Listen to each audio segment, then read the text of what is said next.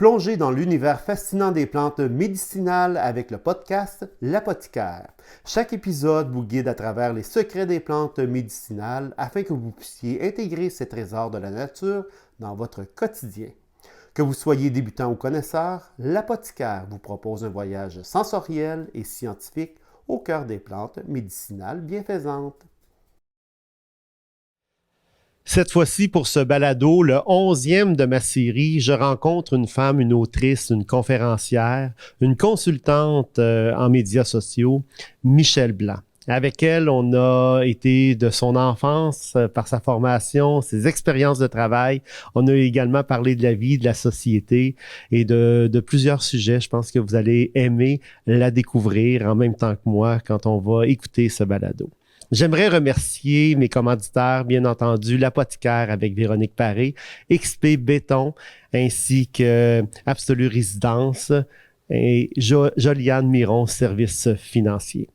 Bonne écoute tout le monde. C'est fou. Ben d'abord, Michèle. Bonjour. Merci d'être là aujourd'hui. Ben merci de m'inviter. Ben moi, j'étais heureux que tu acceptes mon invitation parce que moi, je te connais pour te suivre depuis longtemps sur les réseaux sociaux. Tu sais, je regarde aussi ce que tu fais au niveau professionnel. J'ai toujours trouvé ça très, très bon. Puis, moi, ça me faisait plaisir de te lancer la perche pour t'inviter. Puis, donc, j'ai été agréablement surpris quand tu m'as dit que tu acceptais de venir aujourd'hui. Ça se peut qu'il y ait beaucoup de gens qui nous écoutent présentement qui ne te connaissent pas comme j'ai eu la chance de te connaître à travers, disons, les réseaux sociaux. Qui es-tu, Michèle? Parle-nous de toi.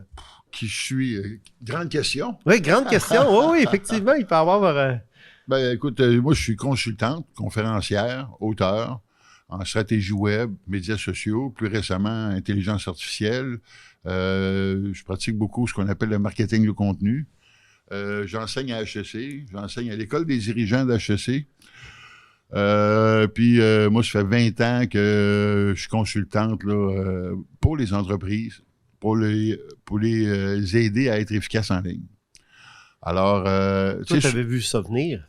Ben oui, j'ai eu la chance, il y a plus de 20 ans, de faire ma maîtrise scientifique en commerce électronique. C'était la première QV. Puis à cette époque-là, c'était très, très visionnaire. C'était une maîtrise multidisciplinaire de l'Université de Montréal puis de HEC. Fait qu'on avait des cours à la faculté de droit, département d'informatique et recherche opérationnelle et HEC. Et on devait se diriger vers une des trois voies, okay, c'est-à-dire l'ingénierie, le droit ou la gestion. Moi, je me suis dirigé vers la gestion. Puis l'idée de ça, c'était de faire des conseillers qui comprenaient le lexique des trois. Okay. Parce que quand tu es sur le web, évidemment, il y a des éléments légaux, il y a des éléments technologiques, puis il y a des éléments de gestion, tu sais. Puis, beaucoup des entreprises, ils ont la difficulté à attacher ces trois bouts-là, là, tu sais, faire de quoi là, qui se tient. Fait que c'est ça un petit peu l'idée. Puis, évidemment, j'ai fait de la consultation, et je fais de la consultation autant pour les entreprises, très, très, très petites entreprises, que pour des multinationales. Okay.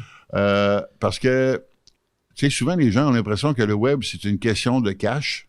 C'est plus une question de philosophie communicationnelle que le cash, puis de compréhension des mécanismes qui sont en jeu. Okay? Alors, c'est ça que j'explique à mes clients. Puis, tu sais, dans le fond, le web, là, tu sais, toi-même, t'es blogueur, c'est la socialisation, mais numérique. Okay? Puis, le gros problème des organisations, c'est qu'ils font beaucoup de narcissisme communicationnel. Moi, mon entreprise, mon service, moi, mon entreprise. Ça écoeure tout le monde. Alors, puis ça demande pourquoi ça marche pas. C'est bon, ça, oui. Alors, qu'est-ce que tu peux faire d'autre? Ben, c'est ça, la question. La question, c'est, au lieu de parler de ton produit et ton service, tu parles de ton sujet. Si tu parles de ton sujet, tu deviens pertinent. Là, le monde te suit. Puis là, ben, à un moment donné, tu as des retombées d'affaires. Tu sais. Donc, tu te présentes également à travers ça, en parlant de ton sujet. Ben, les gens apprennent à te côtoyer. Toi, tu es un comptable. Oui. Si tu parles de comptabilité, les gens vont comprendre que tu es un comptable. C'est ça. Hein? C'est simple de même. Mais c'est compliqué de même. Ça, à un moment donné, Je donnais un atelier, d'ailleurs, tu es déjà venu à un de mes ateliers. Oui, on va en parler tantôt de ça Ouais. parce que c'est grâce à cet atelier-là si on est ici aujourd'hui. Ah, Donc, on va s'en parler parce que OK. c'est quand même un aspect important de mon cheminement web, on va dire ça. Bon, mais il y avait quelqu'un justement en comptabilité qui disait « Ah, mais moi, je suis le grand spécialiste du calcul de prix de revient, puis j'ai développé une formule extraordinaire. » Ben, je dis « Partage-le. » Ben non, je peux pas partager ça. C'est trop... c'est trop what comme formule. Je dis, écoute, ben là, tu penses que c'est le seul qui fait du calcul de prix de revient sur la planète, là? Tu sais, bon, tu sais. Puis moi, j'ai toujours, tu sais, je le dis en joke, c'est pas des jokes, là. Quand tu sais, je fais beaucoup de conférences pour les entrepreneurs, puis quand que je leur dis, écoutez, vous êtes ici parce que vous êtes trop large pour me lire. Parce que tout ce que je vous dis, c'est déjà gratis dans mon blog. C'est déjà... Ben, tu payes mon livre, mes deux best-sellers de médias sociaux 101, 201, qui sont un copier-coller de ce qui est déjà dans mon blog. Mais c'est sûr que ça ne te tente pas de te taper 2800 billets de blog. Ouais. Fait que tu vas me payer pour que je te répète ce qui est déjà gratis. OK? Mais ça, en même temps, ce que ça illustre, c'est qu'il ne faut pas être avare de ses connaissances. Plus tu partages tes connaissances, plus tu vas aider de gens, puis plus, en principe, tu vas avoir de retombées du bien que tu as fait. C'est un peu la loi du karma, là, ouais. Mais appliquée au web, disons. Mais ce que tu viens de dire, Michel, oui. C'est exactement ce que tu nous avais dit le soir du mercredi 11 mars 2020. Je me rappelle de la date parce que la journée même, on avait reçu un avis de la part de l'organisation, c'était à Rawdon que ça se déroulait. Je m'étais inscrit pour 4 ateliers avec toi. Et on avait reçu un avis disant les bureaux devront être séparés, on va vraiment on va maintenir l'atelier, mais on va faire attention parce qu'on était au début de la pandémie, avant que tout soit fermé le vendredi 13. Donc, je me rends à Rawdon. Je suis vraiment content de te rencontrer pour t'écouter parce que je considère que tu avais quelque chose à m'apprendre. Et puis, c'est exactement ça que tu as dit. Tu as dit donnez votre contenu, donnez du contenu. Parce que l'objectif, c'est que le téléphone sonne. Oui. Et puis, je me suis retourné chez nous et j'ai décidé d'ouvrir tous les programmes gouvernementaux pour la COVID. J'en ai fait des résumés, des tableaux et j'ai commencé à gratuitement offrir des conseils à tout le monde, que ce soit des clients ou pas, en leur disant sur le web, ça c'est tel programme, ça c'est telle chose, ça va pour telle entreprise, pour tel individu. Et j'ai décidé même de communiquer ça à d'autres comptables qui n'avaient peut-être pas eu le temps que moi j'avais eu pour tout résumer. Et puis, bref, ça l'a doublé mon cabinet. Donc, tu te sens-tu coupable? Je me sens, écoute, parce je me sens responsable. Parce que j'accepte les chèques de culpabilité. Oui, j'en ai un chèque. Non, mais j'ai trouvé que tu m'avais donné un très, très bon conseil que j'ai répété à d'autres également qui se lancent sur le web, des coiffeuses ou des esthéticiennes, etc., en leur disant, montrez-nous ce que vous faites, dites-nous c'est quoi les meilleurs conseils, puis on va avoir le goût de vous adopter. Fait que, moi, je tiens à te dire merci pour ça parce que c'est toi qui as fait en sorte que je me suis dit, je vais prendre ma caméra cellulaire, pas de micro, faite avec rien là, comme ressource, mauvais éclairage, et puis mes vidéos étaient vues par dizaines de milliers. Et puis, l'important, c'est le contenu. Oui, c'est ça. Donc, mais là, on est arrivé vite au fait que tu es conférencière. Tu m'as demandé qui je suis. Oui, c'est ça. Hein? Mais je suis plus que ça. Oui, c'est sûr. Entre autres. Entre autres. Okay. Entre autres. Et puis, t'es né dans quelle région, toi? Moi, j'ai grandi à Neuchâtel. À Neuchâtel, dans le coin de Québec. Oui, à Saint-André, exactement. Ça, c'est un quartier au nord de Québec. Ça fait un fer à cheval autour de Loretteville. OK. Et puis, c'est un quartier qui a popé dans les années 60. OK. Fait que c'était un beau quartier pour grandir parce qu'il y avait encore des champs, des forêts, il y avait des vaches. Où le quartier résidentiel finissait, les champs et les forêts commençaient. OK. Fait que quand tu étais enfant, tu allais se promener avec ton Mustang CCM à banc de banane puis à poignée de jaquet dans la forêt, c'est le fun, tu sais. Oui. On se faisait des pseudo-camps, puis on mangeait de l'oseille dans le champ, des framboises, puis tu sais, c'est une belle enfance. Famille nombreuse? Oui, on était 6. Oh, wow! Puis on était les riches du quartier. On n'était pas riches. OK. Mais on était, je pense, Aisé. Vous étiez... la deuxième famille qui avait une piscine creusée. Oh, OK. Ouais, c'est un bon signe. Ça, à Oui, ce bon. moment-là, c'est un critère, c'est pas mal Ouais. un Puis- bon indice. Puis ma mère était directrice d'école. OK. Mon père, qui est un orphelin du Plessis, Ah, OK. était chauffeur de taxi. Puis ça, après le divorce de mes parents, on a appris que, tu sais, il faisait pas mal de cash parce que lui, il travaillait de nuit. Puis il avait tout le temps de l'alcool dans son coffre. Fait qu'à passer des heures, il vendait de l'alcool. Ah, OK, OK. Il faisait de la contrebande. Il faisait de la livraison. Oh, OK. Il Il était entrepreneur. Oui, tu sais. c'est ça, entrepreneur, la SAQ, livraison. Ah. Fait qu'on a eu quand même. Puis, tu sais, ma mère, elle s'était dit, là, on a trop de grosses familles pour voyager. Fait que je vais construire une piscine dans le cours, puis on va voyager dans le cours. T'sais. Puis ma mère, c'est une femme extraordinaire. Écoute, elle faisait son pain, tu sais. OK, OK. C'est une très, très bonne cuisinière. D'ailleurs, tu sais, il y avait des kermesses dans ce temps-là, dans le sous-sol de l'église. Puis le curé achetait la moitié de sa batch de pain pour ses besoins personnels. OK. Et puis, donc, c'est ta mère qui t'a transmis ce goût pour la cuisine, Oui. pour la popote, puis Tout à t'aimes te fait. rassembler autour Oui. d'une table. Oui, Et puis, oui, tout à fait. D'ailleurs, il y avait, dans la maison chez nous, il y avait un îlot. Puis, tu sais, ça se passait toujours autour de l'îlot. OK. Puis dans ce temps-là, il y avait, un peu plus tard, il y avait les poêles Jenner, là, tu sais. Oui. Fait que, tu sais, tu cuisines dans le milieu, là, puis, tu sais, t'avais le poêle, puis t'avais le reste de l'îlot, puis tout le monde était autour, tu sais. Oui. Fait qu'on la voyait faire, on la voyait... Et c'est comme ça qu'elle t'a transmis ce Puis- goût-là. Puis elle était très, très innovante parce que, à un moment donné, une de ses chums a été mariée pendant 30 ans avec un Chinois qui a eu le premier restaurant chinois à Québec. Fait que, elle est allée au chalet avec mes parents pendant une semaine, puis elle lui a montré à chaque repas une nouvelle recette chinoise, tu sais. Fait que, elle cuisinait cantonais, tu sais. Puis Wow. elle a même fait un réveillon de Noël chinois où toute la bouffe était chinoise. Elle s'était habillée en chinoise, puis elle avait de la musique chinoise en plus qu'elle avait achetée. Elle tu sais. jouait à fond. Elle aimait ça, les thèmes. Tu sais, Puis, tes parents se sont séparés, mais est-ce que tu as pu rester dans cette région-là également une fois la séparation de tes parents? moi, je suis parti de chez nous assez jeune. Je suis parti à 17 ans. OK. Je suis allé au Collège militaire royal de Saint-Jean. OK. Après ça, j'ai fait mon cours d'officier d'infanterie à Gagetown, au Nouveau-Brunswick. Après ça, je suis parti sur le pouce en Californie.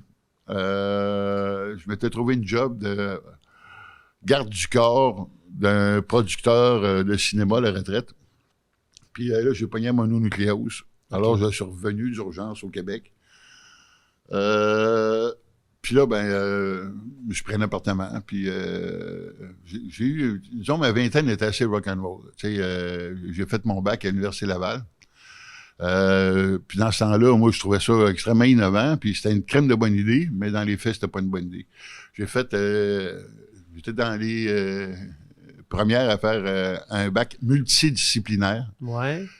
Puis il disait que tu sais, c'était bon parce qu'il y avait une vision globale. OK. Sauf que le monde, il engageait des spécialistes. Il n'engageait pas les bacs multidisciplinaires, tu sais. C'était le cumul de 3 certificats? Oui, j'avais mineur en politique, mineur en relations industrielles, bloc complémentaire en psycho et relations publiques. OK. Après ça, j'ai fait la propédeutique à la maîtrise en anthropologie culturelle. Puis là, je suis allé trop vite, trop loin. Je m'intéressais au phénomène de transpossession et de transhamanistique. Puis là, je me suis mis à faire des cauchemars. Là, on prend un break. Puis au travers de ça, je travaillais dans les bars. J'ai travaillé 10 ans dans les bars. Puis j'étais gelé comme une bine, tu sais.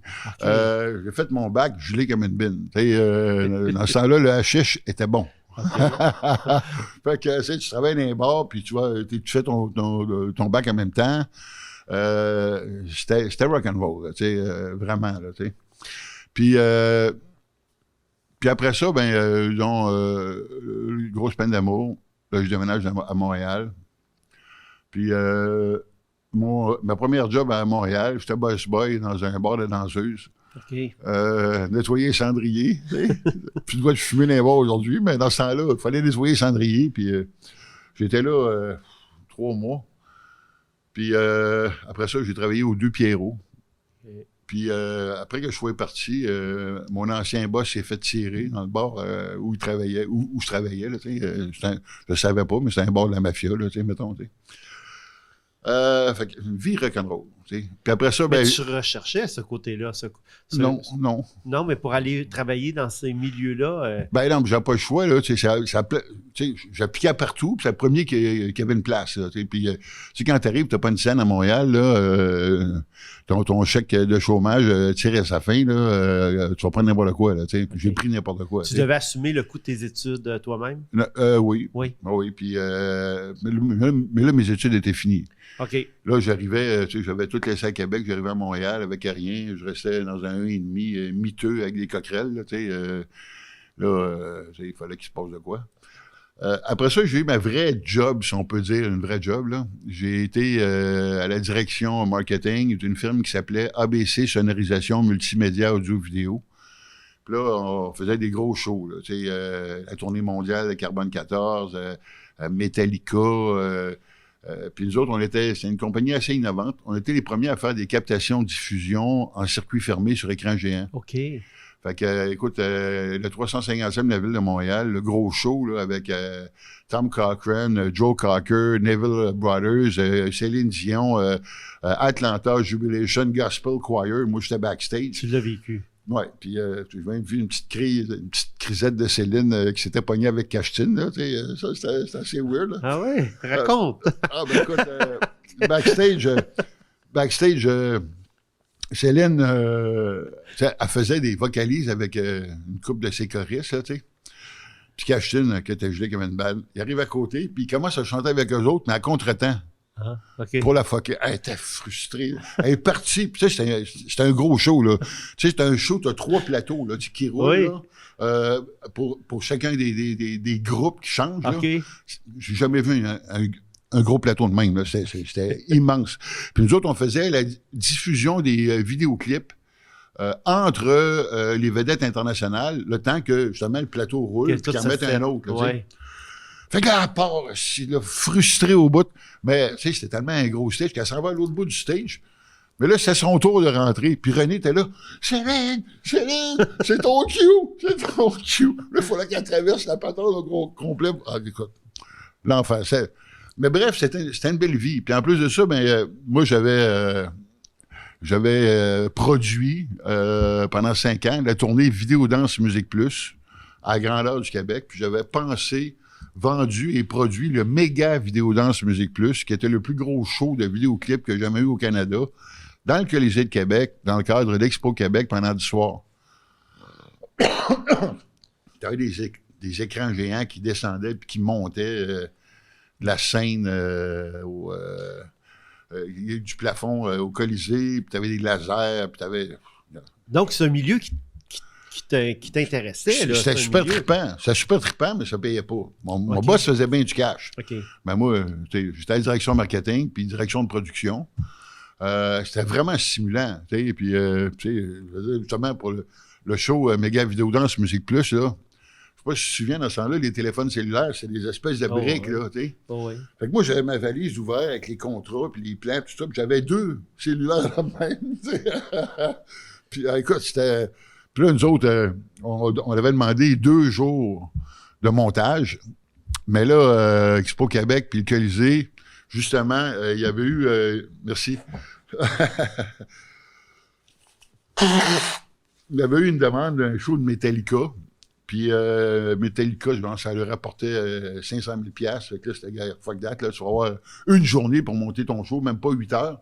Mais là, un assez gros setup de même, là, tu montes pas ça, là... en 8 heures. Je dis, OK, tout est possible. Mais là, ça va prendre plus de techniciens. Oui, c'est ça. Bon. Moins d'heures, mais plus de monde. C'est ça. Dans ce temps-là, les techniciens, j'en avais des bons techniciens, mais il fallait qu'il y en ait 2 techniciens de IATSE, qui est le gros syndicat technique, du Colisée, pour chacun des techniciens que moi je mettais. Tu sais, il y avait un fil à terre à rouler. Je disais, hey, peux-tu rouler le fil? Ah!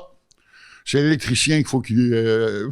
va chercher l'électricien pour rouler le fil électrique. C'était comme, tu sais, dans le show que nous autres, on faisait, le business, là, on n'a pas de ça, là, c'était comme, regarde, le fil roulé, puis on n'en parle plus, là, c'était un roadie qui roule le fil, puis, tu sais, mais L'important, c'est le résultat. C'est ça. Mais avec les syndicats, c'était pas ça, tu sais.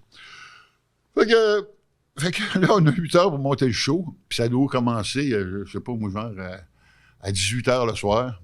Il est 18 heures moins quart, puis je suis pas encore prêt pour ouvrir la porte. Mais tu sais, tabarnak, on devait avoir 2 jours, puis là, finalement, c'est ouvert à 18h15, 15 minutes en retard. Mais là, ils capotaient parce que là, ça poussait pour rentrer. Là, là, ils vont arracher les portes. Il faut que ça roule. Là, tu sais, quand tu dis les sueurs froides qui te coulent, là, c'était exaltant. C'était vraiment, là, tu sais, t'as les mains dedans. Là, moi, avec mes 2 briques. Tu aurais pu faire une carrière. Tu aurais pu aller plus loin là-dedans puis décider d'en faire une carrière. Est-ce que c'est quelque chose qui t'aurait... C'était une drôle de... C'était une drôle d'époque, là. Puis c'était une guerre...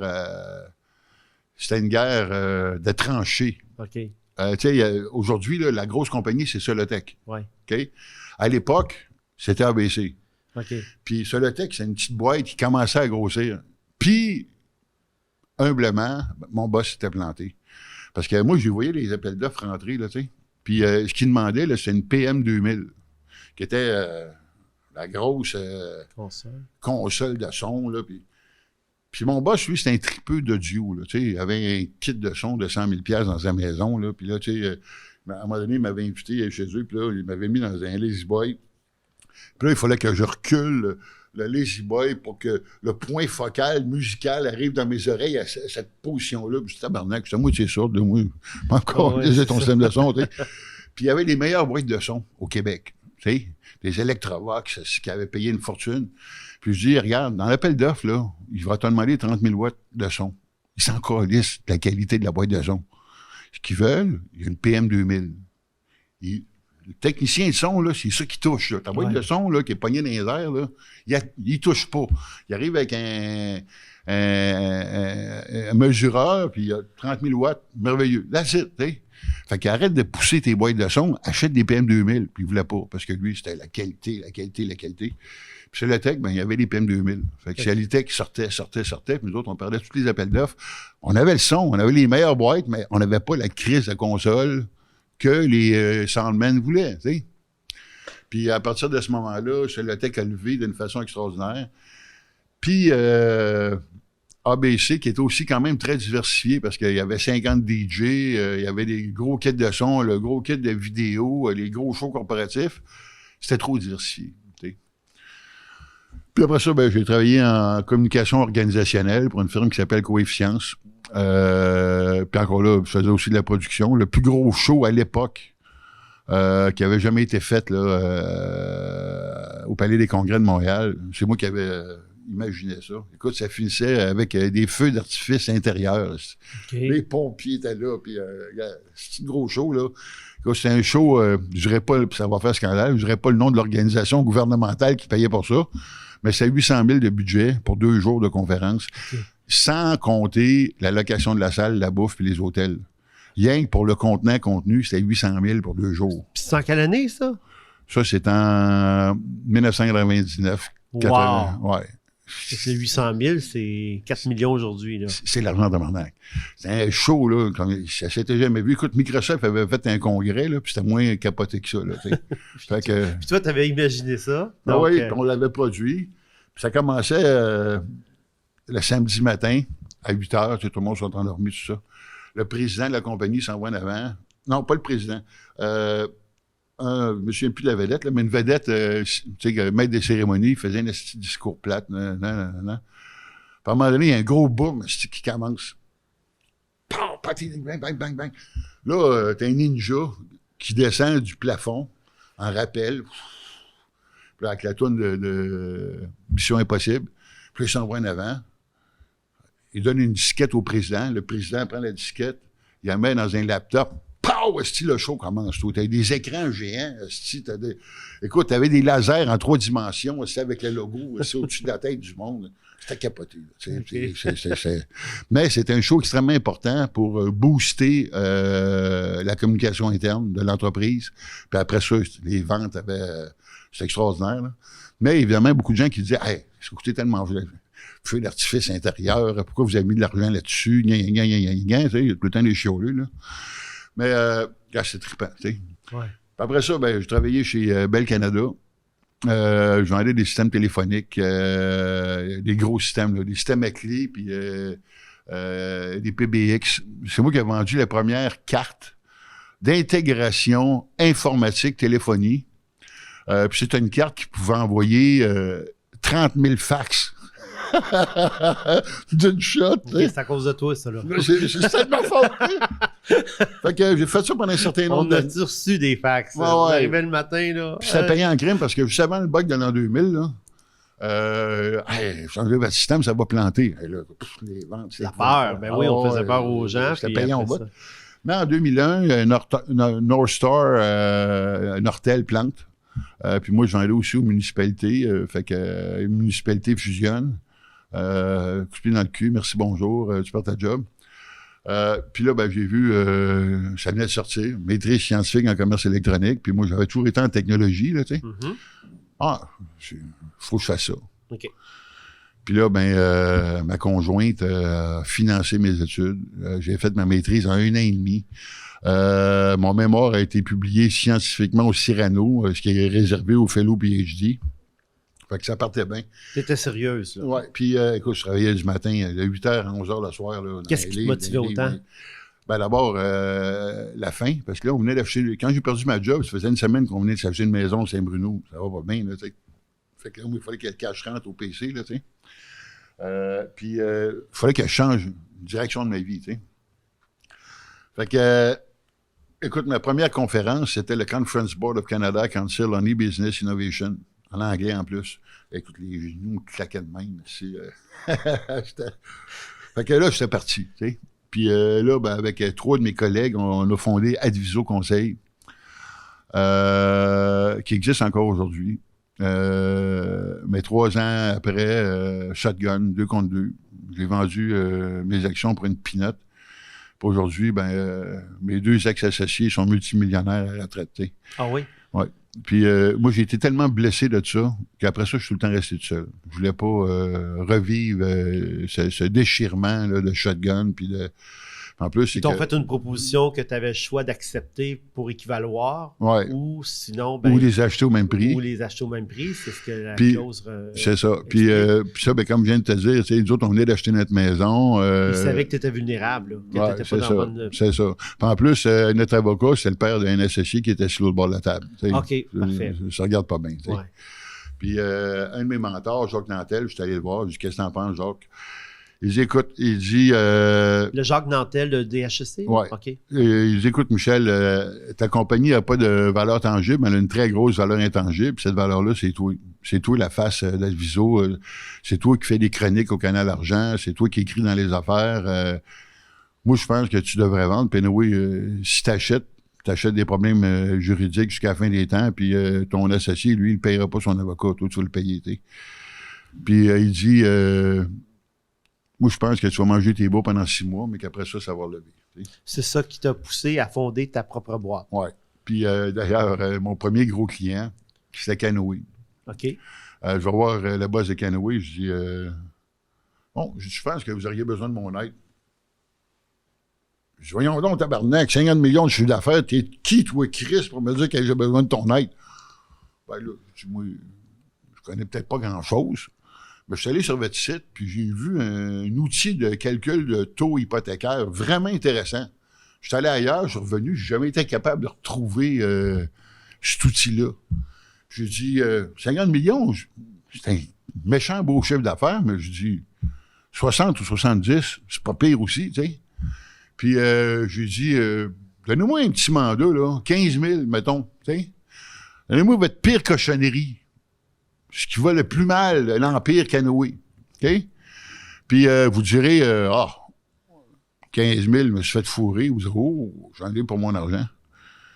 Ouais, tabarnak. Fait que là, je m'en vais. J'étais sûr que jamais, s'il me donnerait une nouvelle. Mais non, si une semaine après, bon, Autonet, analyse-moi ça. OK. C'était le premier de 5 mandats, là, puis Après ça, je faisais de la formation pour eux autres, puis ça a parti. Puis après ça, ben, ton premier client, c'est Canoë. J'avais des bons... Ça l'incite à oui. d'autres à te faire avec confiance. Adviso, j'avais eu des bons clients, mais là, quand tu vends tout. Tu vends tes clients aussi. C'était quoi comme service conseil que tu pouvais leur offrir? Tu regardais ce que les autres faisaient, tu leur faisais des recommandations, tu leur disais ce qui fonctionnait pas? Tout à fait. Ça, c'est le référencement. Puis aujourd'hui, on parle de référencement, mais aujourd'hui, on est rendu au Generative Engine Optimization, le référencement pour l'intelligence artificielle. Comment tu fais pour sortir, tu sais? Comme le premier gros mandat que j'avais eu, là, avec Adviso, c'était pour BCE, Bell Canada Enterprise. C'est une analyse sur la votation électronique, les causes d'échec et de succès. J'ai fait un essai de rapport. Écoute, comment vous allez vous planter, comment vous allez réussir. Une revue mondiale de tout ce qu'il y avait eu comme expérimentation de votation électronique. Puis d'ailleurs, moi, je donne ça, la vice-présidence marketing, il capotait au bout, c'était super bon, c'était écœurant, nanana. Mais les ventes, eux autres, il y avait une cochonnerie qu'il fallait qu'ils poussent. Puis là, le gouvernement du Québec, ils permettent aux municipalités de tester la votation électronique. Comme je l'avais prévu dans mon étude, c'était de la merde. Ils se sont plantés, puis ça a tué la votation électronique pour les 20 prochaines années, tu sais. Okay. Alors, encore aujourd'hui, on n'en fait pas de votation électronique. Mais il y a des pays qui en font depuis 20 ans, puis qui ont du succès, tu sais. Fait que, regarde, quand tu dis le vie mouvementée, là, c'était mouvementé.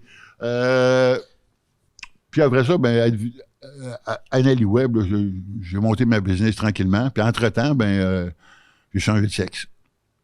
Ah, ça, c'est arrivé pendant ce temps-là? Oui. OK. Oui. Puis quand j'ai changé de sexe, j'ai fait un comité de relations publiques.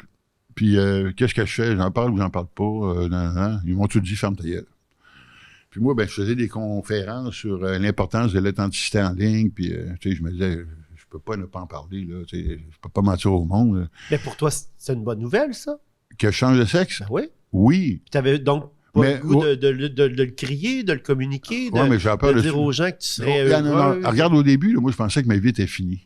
Okay. Tu sais, tu changes de sexe, là, écoute, là, le monde va te cracher dessus, ta vie est finie. Là. Tu sais, moi, je me disais, je vais aller faire du bénévolat en Afrique. Si, ma vie est scrap. Là, tu te référais à quoi pour penser ça? À tous les préjugés qu'on avait à cette époque-là. Là, tu sais. Okay. T'avais pas de modèle? T'avais pas vu que... Ce qui m'a sauvé, c'est un site qui s'appelle Transsexual Women's Successes de Lynn Conway, qui est une brillante I-Beamer de IBM, là, puis qui relate des histoires de transsexuels qui ont réussi leur vie à la grandeur de la planète. Fait que quand j'ai lu ça, je me dis, oh, j'ai de l'espoir, tu sais. Fait que j'ai fait mon coming out. Ça a fait la première page de la presse. Après ça, j'ai été honoré par Yahoo Canada, Big Idea Chair. Après ça, tout le monde en parle. Là, ça a explosé. Puis là, j'ai fait tous les magazines que tu peux imaginer. Là. J'étais la darling du moment, là, tu sais. Sauf que, tout d'un coup, j'étais la transsexuelle et l'experte, elle n'existait plus. Ça l'a tassé toutes les compétences, les connaissances que tu pouvais avoir. Ouais. Là, tu es devenu pour eux un étendard. Un étendard, justement. Unidimensionnel. Oui, OK. Puis là, c'est ce qu'ils voyaient chez toi. C'est ça. Ils t'appelaient par rapport à ça. C'est ça. Okay. Puis moi, j'étais à Radio-Canada, j'étais à LCN, j'étais partout. J'étais l'experte, là. J'étais au Canal Argent, j'écrivais dans les affaires, mais là, puis j'étais à l'émission Le Lab avec Philippe Fémiou. D'ailleurs, c'est Philippe qui a continué de m'inviter pour mon expertise à l'émission Le Lab dans le temps de ma transition et j'en serai toujours reconnaissante. Puis finalement, c'est ça, quand j'ai changé de sexe, je me disais que je perdrais tous mes clients, mais que ma famille comprendrait. J'ai perdu ma famille et j'ai gardé tous mes clients. Voilà. Alors, tu sais, c'est ironique, là. Ouais. Puis, mais ça doit t'avoir quand même affecté. Ça m'affecte encore, là. Écoute, là, c'est sûr, là, tu sais. En même temps, c'est la bonne chose parce que c'est pas ma famille qui m'aurait fait vivre, tu sais. Ouais, fait que mes clients m'ont fait vivre, tu sais. Mais, regarde, c'est sûr que c'est... Mais quand on est confronté à ça, ta décision, tu l'as pas prise le lendemain que tu as commencé à y penser. Est-ce que tu avais envoyé des indices? Est-ce que tu en avais parlé à des gens, justement, dans ton entourage, ta famille, pour leur pour leur soumettre tes préoccupations, tes ils ont toutes... interrogations. écoute, T'es pas arrivé avec ça en surprise. Moi, j'ai commencé à me travestir en cachette à 12 ans. À 12 ans, tu sentais. 18-19 ans, à un moment donné, il y avait un souper familial dramatique là, où tout le monde sortait des histoires. Là, c'est comme une confession collective. Là. Okay. Là, j'ai dit, moi, je m'ai travesti depuis que je suis enfant, puis, mais là, je le ferai plus, c'est fini, nanana. Puis, personne ne s'en souvient. Eux autres, ils disent que j'ai halluciné ça, puis que j'ai jamais dit ça, puis c'est pas vrai. T'sais. OK. Puis ma mère est décédée. Si ma mère était vivante, elle s'en souviendrait en tabarnak. Oui. Mais mes frères et mes sœurs, eux autres, là, c'est pas vrai, j'ai jamais dit ça, j'ai halluciné ça, gna. Fait que, tu sais, bon. Fait que, oui, il y avait des signes. Oui, il y a des choses. Écoute, à 3 ans, je savais, là, tu sais, à 3 ans, là, je questionnais le fait qu'on disait que j'étais un petit gars, là, tu sais. OK. Puis je suis devenu le gars le plus viril que tu pouvais rencontrer dans ta vie, là, tu sais. J'ai fait le collège militaire, j'ai été bouncer, tu sais, j'étais quand même une certaine corpulence, là, tu sais. Puis, mais c'était un mécanisme de négation extrêmement fort pour éviter d'être ce que je suis, tu sais. Puis un jour, tu te l'es accordé, ça, cette permission-là? Non, j'ai fait une dépression sévère qu'on appelle une dysphorie d'identité de genre, où tous mes mécanismes de négation sont tombés d'une shot, puis là, tu ne peux pas les remonter. Puis là, j'ai consulté, puis là, diagnostic, c'est tu as une dysphorie d'identité de genre, ou tu changes de sexe, ou tu prends des antidépresseurs le reste de tes jours. C'est ça, là, tu sais. Puis d'ailleurs, si tu commences à la prise d'hormones, c'est une confirmation diagnostique externe. Parce que ou tu commences les hormones, puis ta dépression en continue, donc tu n'es pas une transe, ou tu commences les hormones, puis ta dépression elle disparaît, donc c'est une confirmation externe. T'sais. Mais écoute, tu sais ça, il faut que tu l'annonces au monde, là, tu sais. Ouais, ça puis c'est ça. Puis, tu sais, moi, je parlais de l'importance de l'authenticité en ligne, puis etc. Je ne pouvais pas mentir au monde. Donc, quand j'ai fait mon coming out, c'est encore un homme, là, tu sais. Je n'avais même pas commencé. Ben, j'ai appris, je prenais des hormones, mais, tu sais, je n'avais pas fait ma transition, tu sais, assez grosse, tu sais. Tu scrapes tout ton linge, tu recommences à zéro.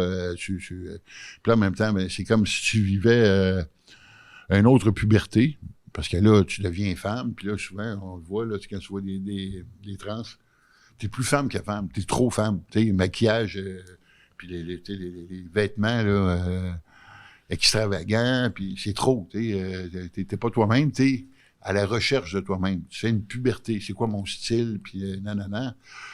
Fait que j'ai fait ça une couple d'années, puis à un moment donné, mais gars, fuck that, là, je vais être qui je suis, là, qui je suis. C'est ça, tu sais. Puis comment ça s'est produit une fois que tu as décidé que tu serais qui tu es? Comment est-ce que... Oh, c'est sûr qu'il y a des critiques. Il y en a qui me trouvent que je ne suis pas la femme la plus féminine qu'ils ont rencontrée dans leur vie. Mais il y en a que nous soyons gars ou femmes en transition ou après transition. Il y en a pour tout le monde, des critiques aussi. Tout à fait.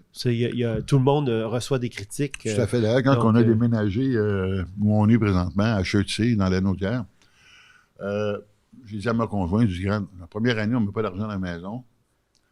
On regarde comment ça fit, là, puis après ça, on décidera. T'sais. Tu voulais tester ton monde? Oui, c'est ça. Parce que il y a du monde autour du lac. Ben oui. Puis tester aussi l'environnement. Oui.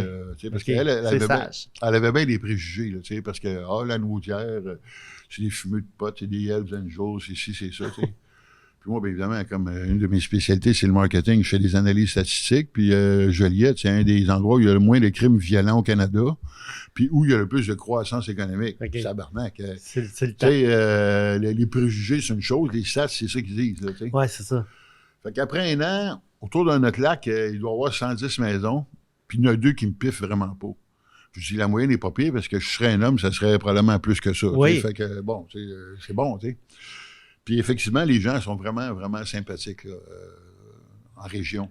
Puis tu sais, on a beaucoup de préjugés sur les régions. Tu sais, les régions sont homophobes, sont racistes, ils ont tous les défauts. Mais la réalité, c'est que c'est Montréal qui a ces défauts-là. Tu sais, à Rawdon, le village d'à côté, là, il y a 52 nationalités. Tabarnak, tu sais, ils sont racistes. Mais oui, tu sais. Puis, tu sais, le monde parle anglais, français, parce qu'il y a une grosse communauté irlandaise. D'ailleurs, ça va être très bientôt... la Saint-Patrick. Et la deuxième plus grosse Saint-Patrick au Québec, c'est à Rawdon. OK. Avant Québec. OK. Tu sais, c'est big, là, tu sais. Puis, moi, je suis une trans, puis, regarde, le monde s'en crisse, là, tu sais. Puis, souvent, ce qui arrive, c'est que les gays qui sont en région, évidemment, c'est difficile de faire un coming out autour de gens. Tu sais, d'ailleurs, quand le coming out, là, puis moi, c'est une des gaffes que j'ai faites que je ne pouvais pas à cause de différents facteurs, là. Pratique ton coming out avec les gens le plus loin possible, puis tu te rapproches de ceux qui sont proches de toi, que ce soit les derniers qui sachent. Ouais. OK? Mais moi, c'était le contraire. Ouais, toi, t'as commencé avec les gens de qui tu t'attendais vraiment un support, un appui. Oui, puis tu annonces que, gars, c'est une nouvelle épouvantable, je vais changer de sexe. Regarde, c'est sûr que ça part mal, tu sais. Au lieu de c'est une nouvelle extraordinaire, je vais t'en faire moi-même, tu sais. Fait que souvent, c'est ça que l'impression qu'on a, c'est que les gens qui sont en région, qui sont gays, bien évidemment, ils ont peur. Donc, ils s'en viennent se sauver à Montréal, puis là, ben, ils sont incognito. Donc là, ils peuvent vivre leur vie. Ouais. Tandis que vivre leur vie de gay dans un petit village, c'est intimidant. Mais la réalité, c'est que dans un petit village, c'est encore lisse que tu sois gay ou que tu sois... C'est juste qu'il y a moins de monde. Fait qu'on puis ils connaissent. On aime avoir un échantillon plus grand. C'est ça.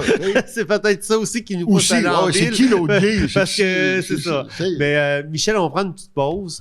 Et puis... pour que je puisse en fumer une. Ben oui, parce que c'est... Puis ça, t'es la seule, hein? Habituellement, moi, c'est du one tape direct. Ouais, mais... Puis là, ben, ça me fait vraiment plaisir que tu puisses... Moi, habituellement, on me met un cendrier sur la table, puis on dit « Go, fais-toi plaisir! » Hey! On revient tout de suite après, parce que j'ai plein d'autres belles questions pour toi. OK. Ouais. Justement, Michel, qu'est-ce que les gens apprécient le plus chez toi? Tu sais, tu me parlais tantôt là, de quand tu as appris aux gens, quand tu as fait ton coming out et tout, et puis il y a des gens qui avaient pris leur distance. Mais il y en a qui t'aiment, là, il y en a beaucoup. Oui, puis il y en a qui m'aiment pas, il y en a beaucoup aussi. Écoute, tu sais, quand je te disais que je faisais des conférences sur l'importance de l'authenticité en ligne, je pense que mon authenticité, les gens l'apprécient. Tu sais, je me suis fait dire que j'étais la Michel Chartrand du web ou...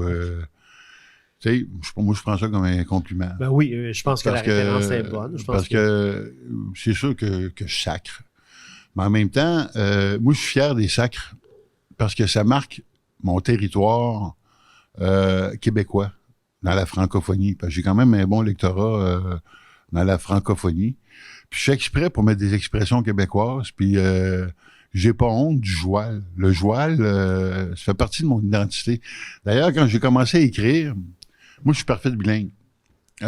J'aurais pu écrire en anglais. Mais comme c'est le Québec qui a payé pour faire de moi une maître scientifique en commerce électronique, je me sens une responsabilité de redonner au Québec. Ce que j'ai fait. Par contre, évidemment, ça m'a coupé un marché que je ferais pas mal plus de cash si j'écrivais en anglais que ce que j'ai fait en français. Mais, tu sais, on vit avec nos choix, puis on vit avec nos convictions. Une autre chose aussi, c'est que je suis une idéaliste. Ça m'a pas aidé. C'est pour ça que j'ai fait de la politique, d'ailleurs. Mais les forces contraires à l'idéal sont fortes. Puis, tu sais, on entend souvent que les politiciens ils ont la cassette. Mais les journalistes, ils ont le piton pour faire décoller la cassette des politiciens. Puis, tu sais, ce qu'on a, c'est de la politique spectacle. Tu sais, c'est pas tes idées, on s'en fout. On ne débattra pas des idées. On va essayer de trouver la dernière connerie que tu aurais pu dire. Puis si on trouve rien, on va fouiller dans le passé, puis on va sortir du contexte des affaires que tu aurais pu écrire ou dire, puis là, tout d'un coup, là, t'es rendu quelqu'un d'infréquentable. D'ailleurs, on l'a vécu avec la COVID, hein, c'était facile, là, les gros noms, là, tu sais, les gens qui revenaient du Mexique. Du Mexique, c'était des touristes à terre, puis ceux qui remettaient en question certaines des mesures, c'était des conspirationnistes, c'était... Regarde, tous les noms ont sorti, là. Puis, tu sais, moi, j'étais abasourdi qu'on valorise la dénonciation. Tabarnak! Ouais. Qu'on valorise la dénonciation. Tu sais, Je veux dire, la dernière fois que ça s'était passé, c'était pendant la Deuxième Guerre mondiale, quand la France s'est fait envahir. Puis les dénonciateurs, un coup que la guerre est finie, ça allait pas bien pour eux autres. Là, Oui, puis on s'est quand même rendu compte, en tout cas, il y a des gens dans la population qui se sont rendus compte que les entrevues, exemple à Radio-Canada, etc., c'était stagé pour faire parler justement un gars comme Guillaume Lepage pour dire, ben moi, je dénoncerai mon voisin. Après ça, il y en avait un autre, ils se sont rendus compte avec Je sais pas si c'était stagé, mais c'était scandaleux. Puis tu sais, moi, je veux dire, là... Tu sais, c'était triste, là. Tu sais, à Noël, de ne pas pouvoir voir sa famille. T'as respecté les règles, toi? Ben, nous autres, justement, on avait un voisin de l'autre bord du lac qui, lui, avait dit ouvertement que s'il voyait des voisins qui recevaient du monde, il appellerait la police. Il l'avait dit. OK. Lui, il voulait être sûr qu'on puisse l'haïr. Fait que, ouais. Puis, ça tombait que c'était une journée où il y avait eu un réchauffement, puis il y avait du brouillard. Okay. Sur le lac. OK? Fait qu'on a reçu notre petit-fils puis ses parents dehors sur la terrasse qui est couverte, dans le brouillard. Puis on a pris un verre de champagne, puis on a fait ça bien vite, ça a duré une demi-heure. Imagine, là, je donnais un cadeau de Noël dehors, en plein hiver, dans le brouillard. Tabarnak! Tu sais, pour pas se faire dénoncer par la police. Là, par ton voisin. Oui! Parce que c'est pas la police là, qui est c'est ton voisin qui... Il y a même des policiers qui ont embarqué dans le délire. J'étais bien content. Mais... Mais quand tu as regardé ça aller, justement, là, parlons-en de cet événement-là, de cette période-là. On voyait la messe à 13h, on voyait les médias embarqués là-dedans. Écoute, moi, j'ai mis en ligne, moi, j'ai su de sources sûres, là, que les directeurs de l'information, tous les matins, ils parlaient avec le bureau du premier ministre, puis par miracle, il y avait un scoop. Ah, telle région va être fermée. Yes, méchant scoop, là. Puis des questions stupides. Mais tu sais, je pense, de mémoire, c'est 80 millions de publicités que le gouvernement du Québec a donné aux médias pendant la COVID. Ouais. On s'entend-tu qu'il ne pose pas des questions trop difficiles à Arruda? D'ailleurs, moi, j'étais scandalisé. Moi, en janvier, je lisais les médias, là. Tu sais, moi, je me lève le matin, là, puis je fais une revue mondiale de ce qui se passe. Puis la Chine qui construit 2 hôpitaux de 10 000 lits en dedans de 2 semaines, il me semble qu'il y a un indice qu'il y a de quoi qui se passe. Fait que moi, je suis allé m'acheter des gants, je suis allé m'acheter du Purel, je suis allé m'acheter des masques. OK? Je savais que ça s'en venait. Mon gars de Renault, tabarnak, Michel, t'as tombé du Purel et des masques. Je dis, ouais, prépare-toi, là. Il y a l'épidémie qui s'en vient. Il va falloir que tu te protèges. Vas-y tout de suite parce qu'il n'en restera plus. T'sais. J'ai même été voir mon pharmacien. Je dis là, je vais tatouer, là. Je commanderais du Purel solide, là. T'sais. Avant, OK. Genre, non, je dis, tu vas faire du cash. Tu sais. 3 mois plus tard, Arruda s'en va au Mexique. Il n'y a pas de problème. Tout est beau. Moi, je m'en vais au Mexique. Il revient de son voyage pas au Mexique, au Maroc. Il s'en va au Maroc. Il revient de son voyage au Maroc. C'est scandaleux, là. Pandémie, il faut tout arrêter. On ferme tout. Tabarnak. Puis là, ils sont conseillés par McKinsey. Oui, c'est vrai qu'ils conseillent 72 pays. Oui, puis c'est drôle, tous les chefs d'État ont la même ligne au même moment. Tu sais, c'est tabarnak, ça se peut-tu, là, tu sais, veut dire, ils s'appellent tous en même temps. Non, ils ont tous le même conseiller, McKinsey, qui est aussi le conseiller des pharmaceutiques. Puis tout d'un coup, l'ivermectine... Lui, il a le droit de ne pas publier sa liste de clients. C'est ça. Parce que là, il est en conflit d'intérêts. Et puis, lui, il a le droit de ne pas publier sa liste de clients. Donc, je veux dire, ça en fait un conseiller qui a le droit de cacher des choses à son client. Là. Donc, ça, c'est extraordinaire. Et puis, en plus de ça, l'ivermectine, tout d'un coup, c'est un médicament pour les chevaux. C'est sûr que c'est un médicament pour les chevaux, comme l'aspirine est un médicament pour les chevaux. Les chevaux et les humains, ils ont souvent des médicaments semblables, là, mais c'était un des 50 médicaments avant la COVID qui était essentiel dans une pharmacopée selon la même Organisation mondiale de la santé. Puis 6 mois plus tard, tout d'un coup, c'est rendu un médicament honteux. Pourtant, il avait gagné un prix Nobel pour avoir sauvé. Puis c'est un médicament qui avait déjà été donné à des milliards d'individus et qui est moins dangereux que l'aspirine. Imagine. Mais là, tout d'un coup, là, on met ça au banc des mauvais médicaments. Pourquoi? Parce que pour vendre des vaccins, il ne faut pas qu'il y ait des médicaments qui existent qui soient déjà bons. Oui. Fait que médicament qui existe, qui est déjà bon, puis qui coûte 50 cents, c'est pas payant quand tu veux faire un vaccin à 150 Toi, tu vas réaliser la passe de cash que des entreprises pouvaient faire. Oui. Tu sais, moi, c'est ça que je fais de l'analyse.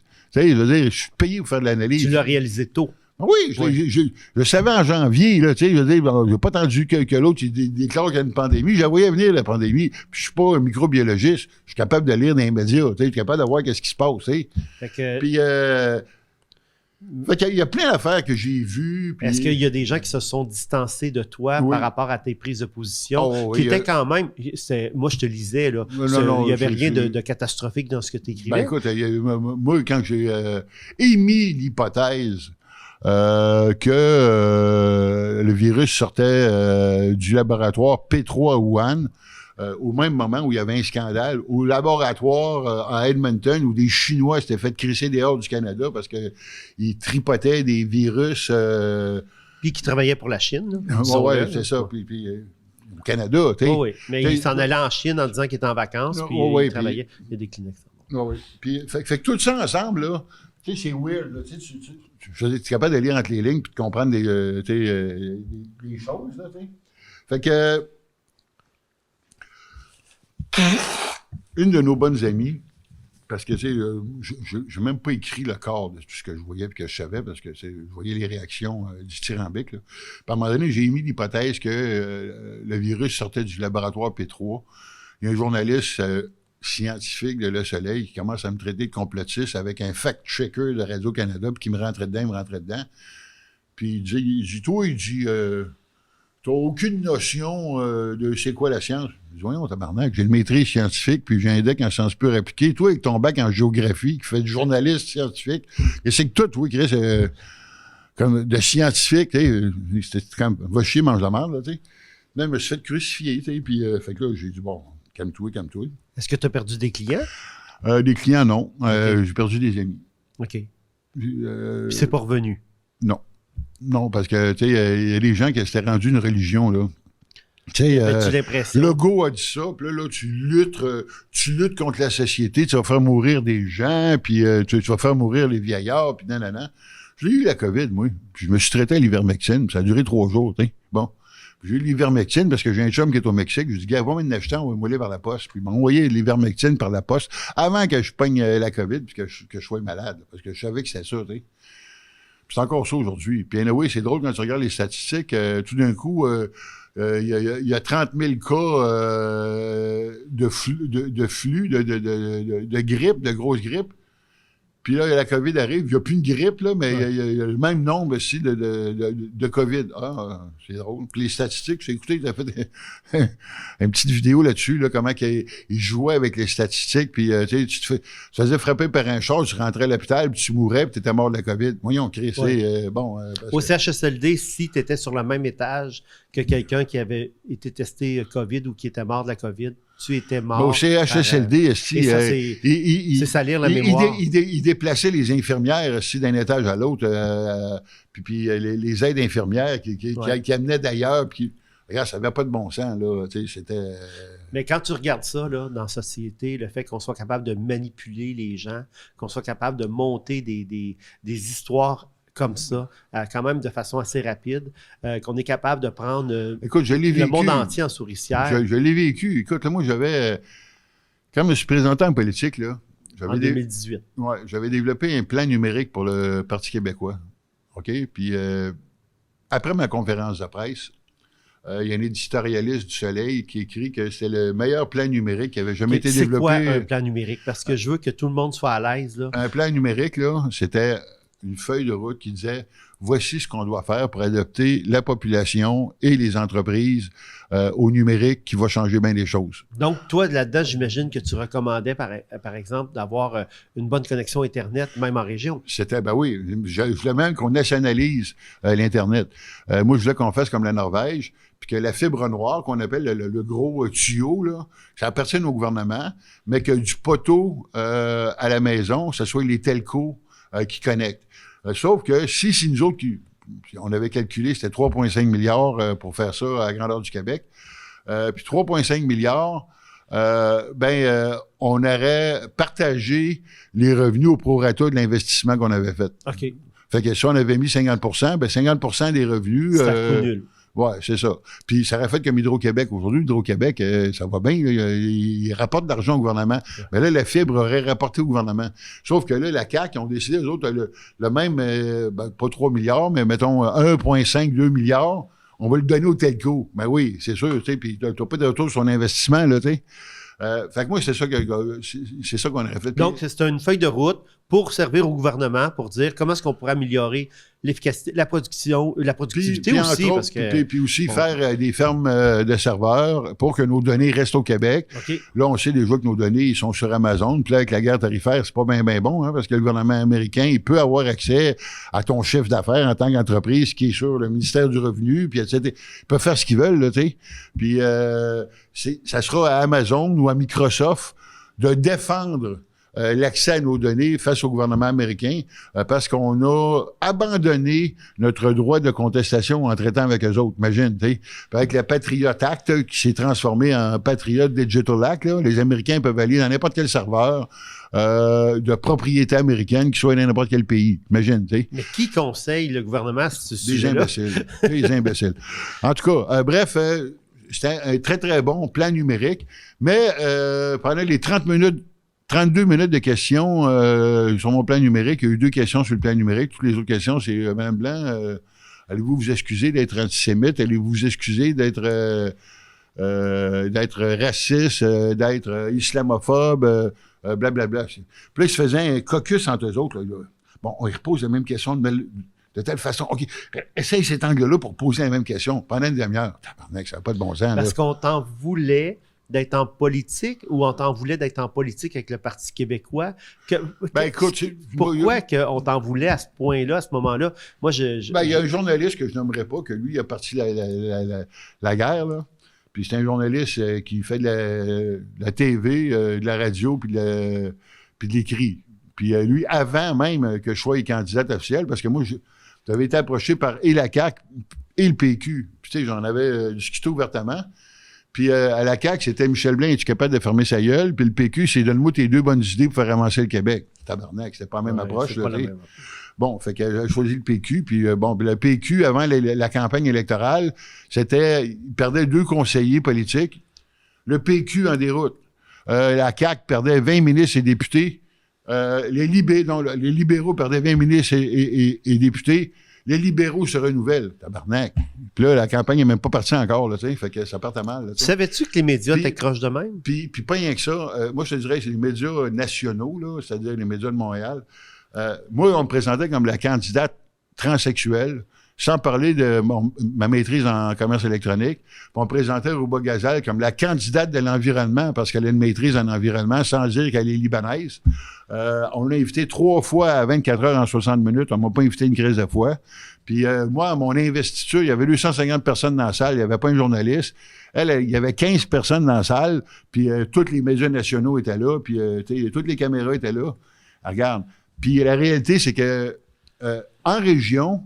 Parce que pendant la campagne, on a parlé de moi à Drummondville, à Trois-Rivières, à Québec, puis même à l'international. On me présentait comme la grande spécialiste du numérique qui sait de quoi il parle, sans dire que je suis une transsexuelle. Tandis qu'à Montréal, on me présentait comme transsexuelle sans dire que j'ai une expertise. Mais j'étais la première transsexuelle ministrable qui s'est présentée dans une élection provinciale. Fait qu'on ne pouvait pas me rentrer dessus sur le fait que j'étais une transsexuelle. Fait qu'on m'a rentré dessus sur un petit paquet d'affaires qui n'ont pas rapport. Puis on m'a crucifié là-dessus. Je vais donner un exemple là, précis. OK? 6 ans auparavant, l'élection. OK? Moi, j'avais appelé Bell Canada, service à la clientèle, puis il y a quelqu'un qui me répond, puis il m'appelle monsieur. 6 fois. OK? Puis là, c'est écrit Madame Michel Blanc, puis tu sais, ma facture est au féminin, puis il veut pas m'appeler Madame. 6 fois. Puis là, je dis, hey, c'est quoi ton petit problème, toi? T'as un accent africain, puis je t'appelle pas mon petit nègre. OK? Je mets ça en ligne. C'est resté en ligne une demi-heure, parce que je me faisais bâcher. Bon, c'est des imbéciles, va l'enlever. Fait que là, à l'élection, il y a une journaliste de CTV qui m'appelle. en anglais. Madame Blanc, c'est bien vous qui avez mis ça en ligne? Oui. Raccroche. Là, la transphobie, là, que le gars, il m'appelle 6 fois monsieur, là. Non, ça compte plus. Ça, c'est même plus dans la discussion. Moi, j'ai écrit « Je ne t'appelle pas mon petit nègre ». Le mot nègre est là, je suis une raciste. T'sais? Pourtant que j'ai aidé Black Theatre Workshop, Montreal Jubilation Gospel Choir, que je participe à aider des immigrants à trouver des emplois avec une fondation. Ça compte plus. Non, ça existe même pas, là, tu sais. Moi, je suis une raciste, là, tu sais. Puis pourtant, j'ai des clients d'à peu près toutes les nationalités. Écoute, j'aidais CIJA Montréal, parce que CIJA Montréal sont proches de la communauté LGBT. Je suis sur la Chambre de commerce LGBT du Québec. On est invité le lundi par le consul israélien à un cocktail. Là, je me dis, je peux pas y aller. Si je vais aller, ils vont dire, Rouba Gazelle est libanaise, je fais exprès, je mets de l'huile sur le feu. Je suis mieux de pas y aller. Le vendredi, je suis rendu antisémite. Calice. Tu sais, puis si essaye de me défendre, puis B'nai B'rith embarque là-dedans, puis là, B'nai B'rith, s'il monte ça, c'est rendu un scandale national, puis Michel Blanc, je suis une antisémite, puis puis... tabarnak, tu sais. Et ça a eu des conséquences sur la votation, sur les électeurs, parce que on est sous un dôme, là, ici au Québec. Mais quand est-ce que tu t'aperçois de ça, justement, que les médias ont un grand pouvoir de manipulation et qui déforment souvent, ils déforment une réalité, là? Ben, monsieur, écoute, quand j'ai étudié en relations publiques, j'ai eu un cours à un moment donné, je me souviens plus du livre, là, mais c'était un livre là, justement qui montrait comment que c'est facile de changer les faits. Tu sais, t'as un verre, il y a 50% d'eau dedans. Il peut être à moitié plein ou il peut être à moitié vide. Le fait, c'est qu'il y a 50% d'eau. Ouais. À moitié plein ou à moitié vide, c'est une interprétation. Perception, oui. OK? Puis quand tu dis à moitié vide, ben l'impression, c'est qu'il est vide. Ouais. À moitié plein, l'impression, c'est qu'il est plein. Pourtant, la réalité, c'est qu'il y a 50% d'eau. Alors, la neutralité journalistique, là, c'est une création de l'esprit. OK? Puis, comment tu présentes les faits, ben évidemment, ça a un impact. Puis encore là, on parle de ceux qui présentent les faits. Puis, une autre chose qui m'a pas aidé, c'est que moi, j'étais la blogueuse au Québec. Puis, c'était une époque où les blogueurs commençaient à déranger les médias. La première élection de Barack Obama, là, il y avait eu 2 tentes. Il y avait une tente de blogueurs, puis il y avait une tente de journalistes.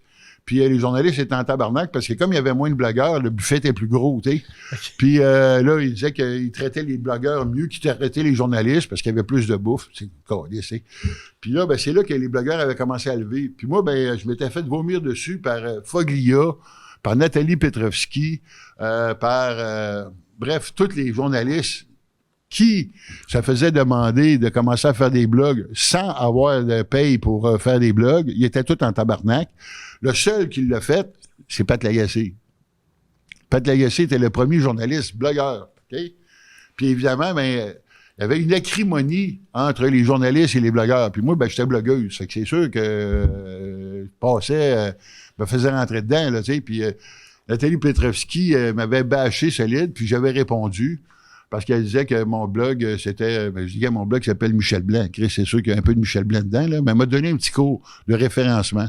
Puis tu vas voir que cet article-là, là, il va sortir en premier, mais qu'on cherche son nom dans Google. Pourquoi? Mais parce que la presse, ils sont poches en référencement, puis moi, mon site, il est bon.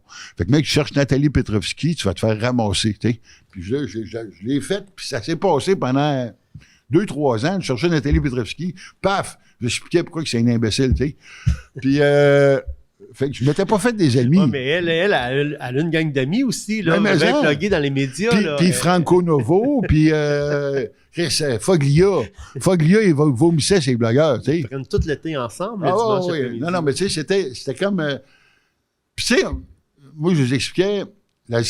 D'ailleurs, c'est drôle, hein, parce que quand j'ai fait la lab au Canal Vox, j'étais payé pour faire ça, là, tu sais. Puis à un moment donné, j'avais écrit sur Twitter, bon, avez-vous des idées de sujets que vous aimeriez que je parle? OK? Puis à la fin, complètement, voir le rédacteur, je dis, puis y a-tu des critiques? Y a-tu de quoi que je peux améliorer dans mes chroniques? Nanana. Ben, il dit, il y a une chose.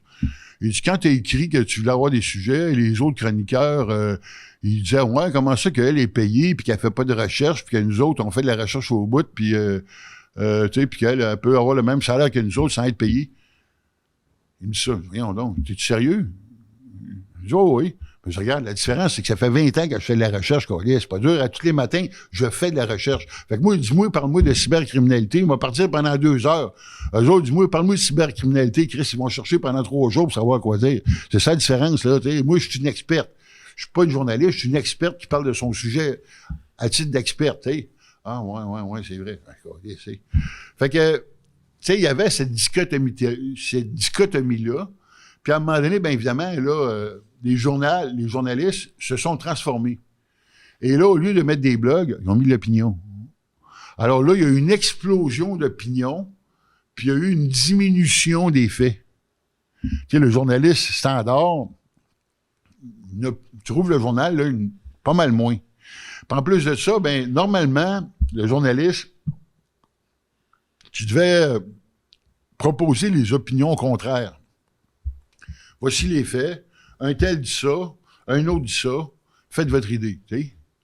C'est ça. Voici les faits, voici ce qu'on pense. Ouais. Puis voici ce que tu dois penser. Tu sais? Fait qu'il y a eu une transformation au niveau du journaliste. Là. Tu sais, l'époque de Walter Cronkite là, est loin en crise. Là. Tu sais, on n'est plus là-dedans. Là, tu sais. Mais si je suis propriétaire d'un média important, ouais. Et puis je communique avec toi, puis je te dis, Michel, viens nous aider, notre électorat vieillit, ne se renouvelle pas, nos annonceurs fuient avec le fait qu'on est moins attractif, on a une stratégie web qui est boboche, que n'importe quel autre blogueur justement est capable de nous déclasser. On n'a pas... Tu commences par quoi, admettons? La première affaire, je dis là, tu vas te servir de ton média pour fesser sa tête du gouvernement fédéral, pour qu'il criminalise la fraude par clic. Quand j'ai commencé, il y a 20 ans, là, il y avait 20 de fraude par clic. Au moment où on se parle, là, c'est 50 de fraude par clic, autant sur Facebook que sur Google. C'est quoi une fraude par clic?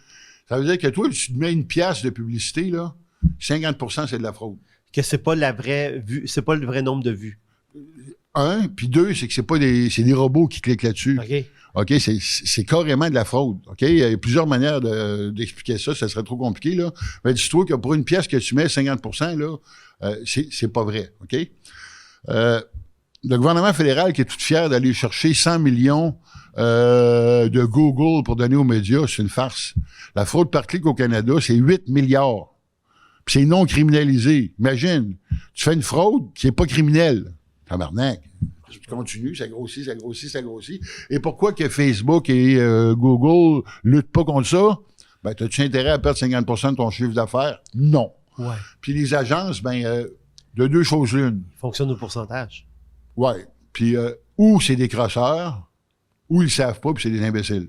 Okay? Mais la réalité, elle est là. Elle est factuelle. OK? Ça, t'expliques ça, toi, à tes clients? Oui. Donc, tes clients sauvent de l'argent là, après ça, là, avec leur campagne de faux clics. Là. Ou pas, dépendamment à quel point que leur agence a du contrôle sur eux autres. Okay. Puis, écoute, Procter & Gamble, qui est peut-être l'entreprise qui fait le plus de recherche marketing dans le monde, là. Procter & Gamble, qui font des savons, etc., là. C'est big, là, tu sais. Ils ont coupé de 200 millions leur budget de publicité numérique et ça n'a pas eu d'impact sur les ventes. Y a-t-il un problème? Il y a une crise de problème. Airbnb, pendant la COVID, ont coupé de 800 millions leur budget de publicité numérique. Ça n'a pas eu d'impact sur les ventes. Imagine. Au moment où on se parle, Facebook est poursuivi aux États-Unis pour 4,5 milliards par différents annonceurs pour avoir boosté ses statistiques de 400 %. Tu sais, Google te fournit Google Analytics puis te vend de la pub. Ils te fournissent les statistiques pour te dire que hey, c'est bien bon ce que tu fais. C'est le journal qui compte lui-même le nombre de copies qu'il imprime. Et voilà. Puis qui dit combien de gens lisent la copie. Ouais. Puis c'est la même affaire avec Facebook. Facebook te fournit ses statistiques pour dire hey, c'est bien bon tes pubs, là. C'est écœurant, tout le monde les aime. Tu sais, bon. C'est radio. Y a-tu un problème? Il me semble que oui. Mais ça, tu dis ça, c'est pas populaire. Puis le monde croit en la magie. Tu sais, me faire une page Facebook, puis par magie, si téléphone sonne, elle m'a fait du Google AdWords, puis wow, ça va être extraordinaire. Mais Google AdWords, là, tu sais, c'est quoi? C'est une enchère. Puis moi, un de mes chums, là, c'est lui qui avait, pendant un bon bout de temps, le plus gros budget Google AdWords au Québec pour une banque. OK? Lui, il achetait RIR, R-E-E-R. OK? Il avait un budget d'1 million. Ça rapportait en tabarnak. Mais là, Google sont allés voir son client, le VP, l'emmener en Californie. Hey, regarde nos bureaux, c'est extraordinaire, on est Google. Pourquoi tu ne traites pas directement avec nous autres? Pourquoi tu traites avec un petit pit au Québec? Là? On peut te faire ça, nous autres. Comme c'est nous autres, c'est encore mieux. Le gars, non, je suis très satisfait de mon fournisseur, m'a continué de travailler avec. Il revient au Québec. Fait que là, Google fait un business case. Okay? Comment est-ce que c'était bon pour la banque de faire du Google AdWords? Il envoie ce business case-là aux 5 autres banques. Qu'est-ce qui se passe l'année d'après? Ben, ils se battent tous pour le mourir. Fait que son million qu'ils mettaient, là, puis que c'était bien payant. C'était dilué, là. C'était plus payant avant tout. Puis là, le mourir, si qui coûtait 25 cents du clic, était rendu à 8, à 10, à 20, à 30 piastres. Fait que là, qu'est-ce qu'on fait d'autre? Ben, justement, on va faire d'autres choses, tu sais. Fait que c'est ça le problème. Si t'es tout seul dans ton domaine, là, ça va bien, tabarnak. Personne ne se bat contre toi. Mais quand vous êtes 25 à vous battre pour le mot brassière, on s'est entendu que le mot brassière, tout d'un coup, c'est pas mal moins payant que c'était, là. C'est ça le principe, là, tu sais. Okay. Fait que c'est une spirale sans fin. T'sais? Là, tu penses que c'est extraordinaire, puis là, tu as fait des analyses, puis Google, puis les statistiques Google disent que c'est bon. Fait que, bon, mais tu sais, ça brise le rêve. Puis le monde ne veut pas briser le rêve. Puis ce qui est difficile, c'est que si c'est toi qui as pris la décision de crisser 1 ou 2 millions là-dedans, ou 500 000, ou le 100 000 de budget que tu avais, tu veux pas le savoir que tu as fait une décision de stupide, à moins que tu sois le président. Tu comprends? Puis moi, si je parle au président, ben, le président, sa réaction, c'est ou go, on y va, ou je vais donner ça à mon VP qui a pris la mauvaise décision. Puis le VP, il va trouver des si bonnes excuses pour te dire qu'il n'a pas pris la bonne décision. T'sais. Puis ça, c'est comme pour le site web, c'est la même affaire. T'sais. Le site web, moi, là, je suis pas arrivé avec des outils là, pour te prouver à l'externe, de façon neutre, si ton site est vraiment bon ou pas bon, puis pourquoi il est pas bon ou pourquoi il est bon. Je peux te le prouver là, scientifiquement. Es-tu prêt à avoir le résultat, le diagnostic? Tu veux-tu le savoir? C'est ça. Puis si t'es pas bon, es-tu capable de décider de refaire ce que tu as fait? Puis de flusher ton 20, 50, 100 ou 200 000 que tu as crissé dans la machine? Tu veux-tu le savoir ou tu veux pas le savoir? Tu sais, c'est des décisions qui... Ça fait mal, tu sais. Puis moi, j'y comprends, là. Puis moi, je suis dans un secteur de crosseurs. Tu sais, c'est quoi la différence entre moi qui a une maîtrise scientifique en commerce électronique, puis c'est à 300 pièces de l'heure, puis quelqu'un qui a un cours de programmation HTML, puis qui est à 50 pièces de l'heure? Ah, OK. Elle, c'est une voleuse. Ben oui, je suis une voleuse, tu sais. Fait que là, il va te faire n'importe quoi en croyant qu'il fait de quoi de bon. Puis le taux, tu payes, puis tu penses que tu sais même pas ce que tu achètes, là, tu sais. Écoute, dans les années 2000, là, ils faisaient des sites en flash qui coûtaient 300 000 $, qui avaient 5 pages. 300 000 pour un site en flash, que ça bougeait. C'était le fun, ça bouge. Mais c'était complètement invisible à Google. Moi, je disais ça dans les années 2000 jusqu'à les années 2005. Le monde disait, ah, il faut aller, là, c'est pas de quoi qu'elle parle. Je le prouvais scientifiquement, puis il ne croyait pas. Je veux faire, tu sais, je veux dire, fait que c'est pas joyeux, là. C'est comme si, puis nous autres, là, il n'y a pas d'ordre professionnel, il n'y a pas, tu sais, toi, demain matin, là, tu trouves une boutique, là, web shop, tu sais, spécialiste web. Regarde. Tu sais. Puis, mais ça, justement, dans ce monde-là que nous sommes, tu sais, on parlait tantôt des médias, c'est du n'importe quoi. On parle de ton milieu, c'est du n'importe quoi. On pourrait parler de beaucoup de domaines comme ça. C'est rendu du n'importe quoi dans plusieurs domaines de notre société. C'est quoi ta lecture, justement, de cette société-là aujourd'hui, là, avec le progrès qu'on est censé avoir fait, avec le fait qu'on a sorti les femmes des cuisines, avec le fait qu'on s'est donné des outils justement pour améliorer notre sort, entre guillemets, comme société, avec en démocratisant, exemple, les études à l'université, en permettant, tu sais, on a accédé à quelque chose, là. C'est quoi la lecture que tu fais aujourd'hui quand là, tu regardes tout ça? On a combien de temps encore, là? Ben, parce que je te vois aller sur Facebook, tu as un petit-fils, puis que tu as l'air à être très bienveillante envers lui et vouloir lui transmettre des trucs, faire des recettes avec lui, partager des choses comme ça. Mais tu dois rester, je n'utilise pas le bon mot, là, pas craintive, mais Tu as un regard là, par rapport à cette société-là aujourd'hui. Critique, le mot que je cherchais. Ouais. Tu dois rester critique par rapport à cette société-là. Qu'est-ce que tu en penses? Ben, ça me fait du bien d'être en forêt. C'est là que tu trouves ton équilibre oui, avec puis, ta femme. tu sais, j'ai une forêt avec des pins centenaires, puis il y en a une couple que j'ai nommée. J'ai Georges et Albert, mes deux préférés, puis je leur fais des câlins. Ton ponton également? Non, je l'ai vendu. Tu l'as vendu, ton J'ai ponton? acheté un bateau. OK. Parce que je suis pris du cœur, puis c'était trop... le ponton, c'était un overkill, là. OK. Ponton, si j'avais un moteur de 120... On fait faire du ski nautique en arrière de mon ponton. C'était trop, là. Pour la grosseur de mon lac, là, Okay. ça ne fitait pas, là, tu sais. Je suis inquiète, puis je suis enthousiaste en même temps. Il y a un paradoxe. On vit une époque extraordinaire où on va savoir la vérité, puis on va savoir le mensonge. Et je pense sincèrement qu'on va jouer notre ronde. Ah oui? On va avoir à décider. Tu sais, dans tes questions, tu ne me l'as pas posé quand j'étais enfant, qu'est-ce que je voulais devenir. Moi, je voulais être prêtre. J'ai fait partie des Jeunesses du Monde, qui était un mouvement jeunesse missionnaire. Okay. Tu sais, je suis une personne qui a tout le temps été extrêmement spirituelle, tu sais.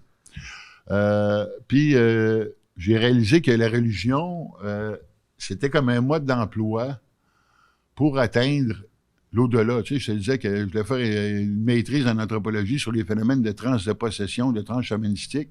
C'est quoi? Ben, c'est justement l'appréhension de l'au-delà. Puis, tu sais, justement, ma demi-sœur, quand elle était enceinte, elle dit « Ah, Michel, elle dit, si je t'inquiète, tu sais, ça fait quoi? Ça fait quasiment 30 ans de ça. Elle dit, je t'inquiète du monde dans lequel on vit, etc., etc. Qu'est-ce que t'en penses? » Je dis « Écoute, c'est peut-être ton enfant qui va faire la différence. » Elle dit « Ah, tu me rassures. » Mais c'est ça. Mon petit-fils, c'est peut-être lui qui va faire la différence. C'est peut-être votre petit-fils à vous autres. C'est peut-être votre enfant à vous autres. Et c'est peut-être vous qui allez faire la différence. Alors, on est une époque là où tout peut arriver. Okay. La Troisième Guerre mondiale peut arriver. Les extraterrestres peuvent être dévoilés. Les gouvernements peuvent tomber ou peuvent renaître. On va avoir des gros choix à faire. Tu sais, là, on a la guerre, pour l'instant, des tarifs avec les États-Unis, ça pourrait dégénérer en guerre civile ou en guerre mondiale. Tu sais, déjà, il remet en question les frontières. Quand tu remets en question les frontières de ton voisin, historiquement, ça finit en guerre. Puis là, il le fait ouvertement. Là, il remet en question les frontières du Canada en plus, imagine. C'est une époque formidable et c'est une époque épeurante en même temps. Quand tu parles aux gens qui ont vécu la Deuxième Guerre mondiale, c'est extraordinaire comment est-ce qu'il y a eu de la souffrance, mais comment est-ce qu'il y a eu aussi de l'entraide. Puis ces gens-là, tu sais, quand tu as le gun sur la tête, là, ta vie en tabarnak, là. Tu sens, chaque journée que tu te réveilles, je suis encore vivant, je suis encore là pour vivre ça. Et moi, je crois au karma. Je crois que je suis né à cette époque-ci, puis que j'ai une certaine mission. Puis je crois que tous les autres qui sont nés aussi ont une certaine mission. La question, c'est, tu vas-tu faire ta mission ou tu la feras pas? Puis, tu vas-tu grandir de ça ou tu le feras pas? Puis, tu vas-tu passer à l'étape supérieure ou tu vas reculer à l'étape qui venait avant, tu sais?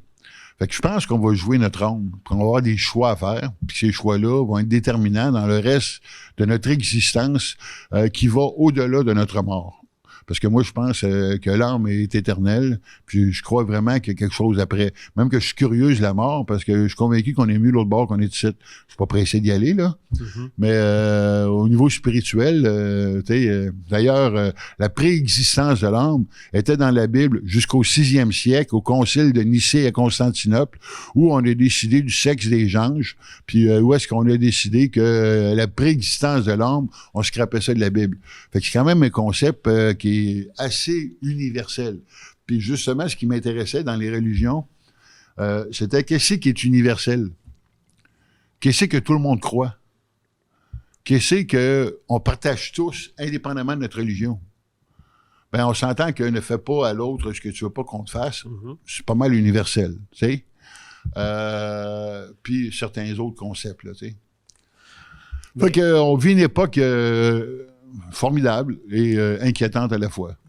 Est-ce que cette profondeur-là ou cette façon de réfléchir ou d'assumer le fait qu'on a une existence et par la suite qu'il y aurait quelque chose pour lequel où on pourrait être bien, tu m'as quand même dit, je suis pas pressé d'y aller. Ouais. Ça veut dire que tu es heureuse. Oui, je suis heureux. Puis moi, j'ai le bonheur facile. Là, moi, je vois une fleur, puis je m'émerveille. C'est quoi une journée de plaisir pour toi? Une journée où tu te dis, hey là, je suis heureuse. Là. Aujourd'hui là, ou demain, tu l'anticipes, tu sais que ça va être une très belle journée. Là. Ben là, m'avouer que là, au mois de mai, je m'en vais une semaine dans un tout compris au Mexique. Puis moi, une des choses que j'aime, là, c'est faire du body surfing. OK. Body surfing, c'est la moitié d'une planche, là, Ouais. puis tu mets ça au niveau de la taille, puis avec ton tronc, tu fais du surf. Puis moi, l'eau turquoise, l'eau chaude, puis attendre la vague. Tu sais, attendre la vague, là. Toute la tête me vide, là. Puis je tripe à l'os. Ou flotter sur le dos de même, là, puis respirer, là, puis faire une sorte de méditation flottante. Okay. J'adore ça. J'ai bien hâte de faire ça. Mais ce qui me fait vraiment du bien aussi, c'est... moi, je fais de la sculpture naturelle, si on pourrait dire, ou plutôt de la mise en valeur de la nature. Je me promène, je trouve un bout de bois que je trouve beau, je le nettoie, je le mets en valeur, je le mets sur mon mur. OK. Ou, comme là, j'ai un beau-frère qui m'a donné une tranche d'érable centenaire. Je l'ai sablé à tel point que tu dirais que c'est verni, mais il n'y a pas de vernis. Puis j'ai fait une table à café avec. Là, okay. Puis en tant que je fais ça, ça me vide la tête. Là, vraiment, là, j'étais concentré. Puis ça sent bon. Le bois, ça sent bon. Puis ça me fait du bien. Taponner, ça me fait du bien. Cuisiner, ça me fait du bien. Moi, j'aime ça... comme il n'y a pas longtemps, j'ai fait de la joue de bœuf. Ouais. J'avais toujours rêvé de faire de la joue de bœuf. Là, tu as fait comme ta mère. J'ai expérimenté. Ma mère, elle faisait pas de jus de bœuf. Okay. Dans ce temps-là, ça n'existait pas. Je me rappelle pas de voir. Ça existait, mais on ne le cuisinait pas. Ouais. Dans ce temps-là, par contre, ce qu'elle faisait, puis qu'on fait moins aujourd'hui, puis qui est plus difficile à trouver, c'est du cœur de bœuf. Okay. Du cœur de bœuf farci, braisé. C'était extraordinaire. D'ailleurs, c'est un des mets favoris de notre fils. Quand j'essaye de quoi de nouveau, là, ça me fait triper. J'aime ça. Puis là, j'avais trop d'affaires à faire, puis je n'étais pas dedans, là. Mais je n'ai pas percé mes érables pour faire mon sirop d'érable cette semaine, mais je vais le faire probablement en fin de semaine. Puis ça, j'aime ça. Faire du sirop de bouleau puis du sirop d'érable. C'est niaiseux, là, mais moi, je suis tout fiable. Quand mon petit-fils va revenir, là, moi, il va faire ses crêpes du dimanche matin avec le sirop de grand-maman. Bon, puis il a vu comment ça se fait, il a goûté, il a vu les seaux, il comprend la patente, là, t'sais. Fait que, j'aime ça mettre de la magie dans sa vie, tu me suis, tu sais que j'ai fait toutes sortes de foleries, là. Mais vivre dans le bois, c'est une des choses qui est facile à faire. Comme là, j'ai un fumoir. Moi, je fais des magrets de canard fumés au whisky, poivre rose et miel. Essaye de faire ça en ville, là. Ton voisin va vouloir t'arracher la tête aussi, parce que la fumée, là, c'est quand même mon talent. Mais quand tu te promènes justement à Rawdon ou peu importe là où, puis que les gens te rencontrent, comment les gens t'abordent? Ah, mais là, je suis quand même pas mal connu. Là. C'est sûr que je fais des jokes avec les emballeurs au métro ou au IGA ou avec les gérants. Je fais partie de la chambre de commerce de Rawdon en plus. Ouais. L'ancien maire de Rawdon, c'est mon client. OK. Fait que, c'est sûr que... On va reprendre la question. Ah, OK. Parfait. Oui, la question de quand les gens le rencontrent. Parfait.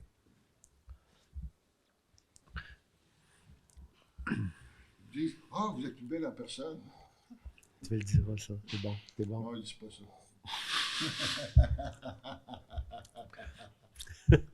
Moi, je trouve ça fascinant. De quoi? Ton humour et puis ton franc-parler. Et...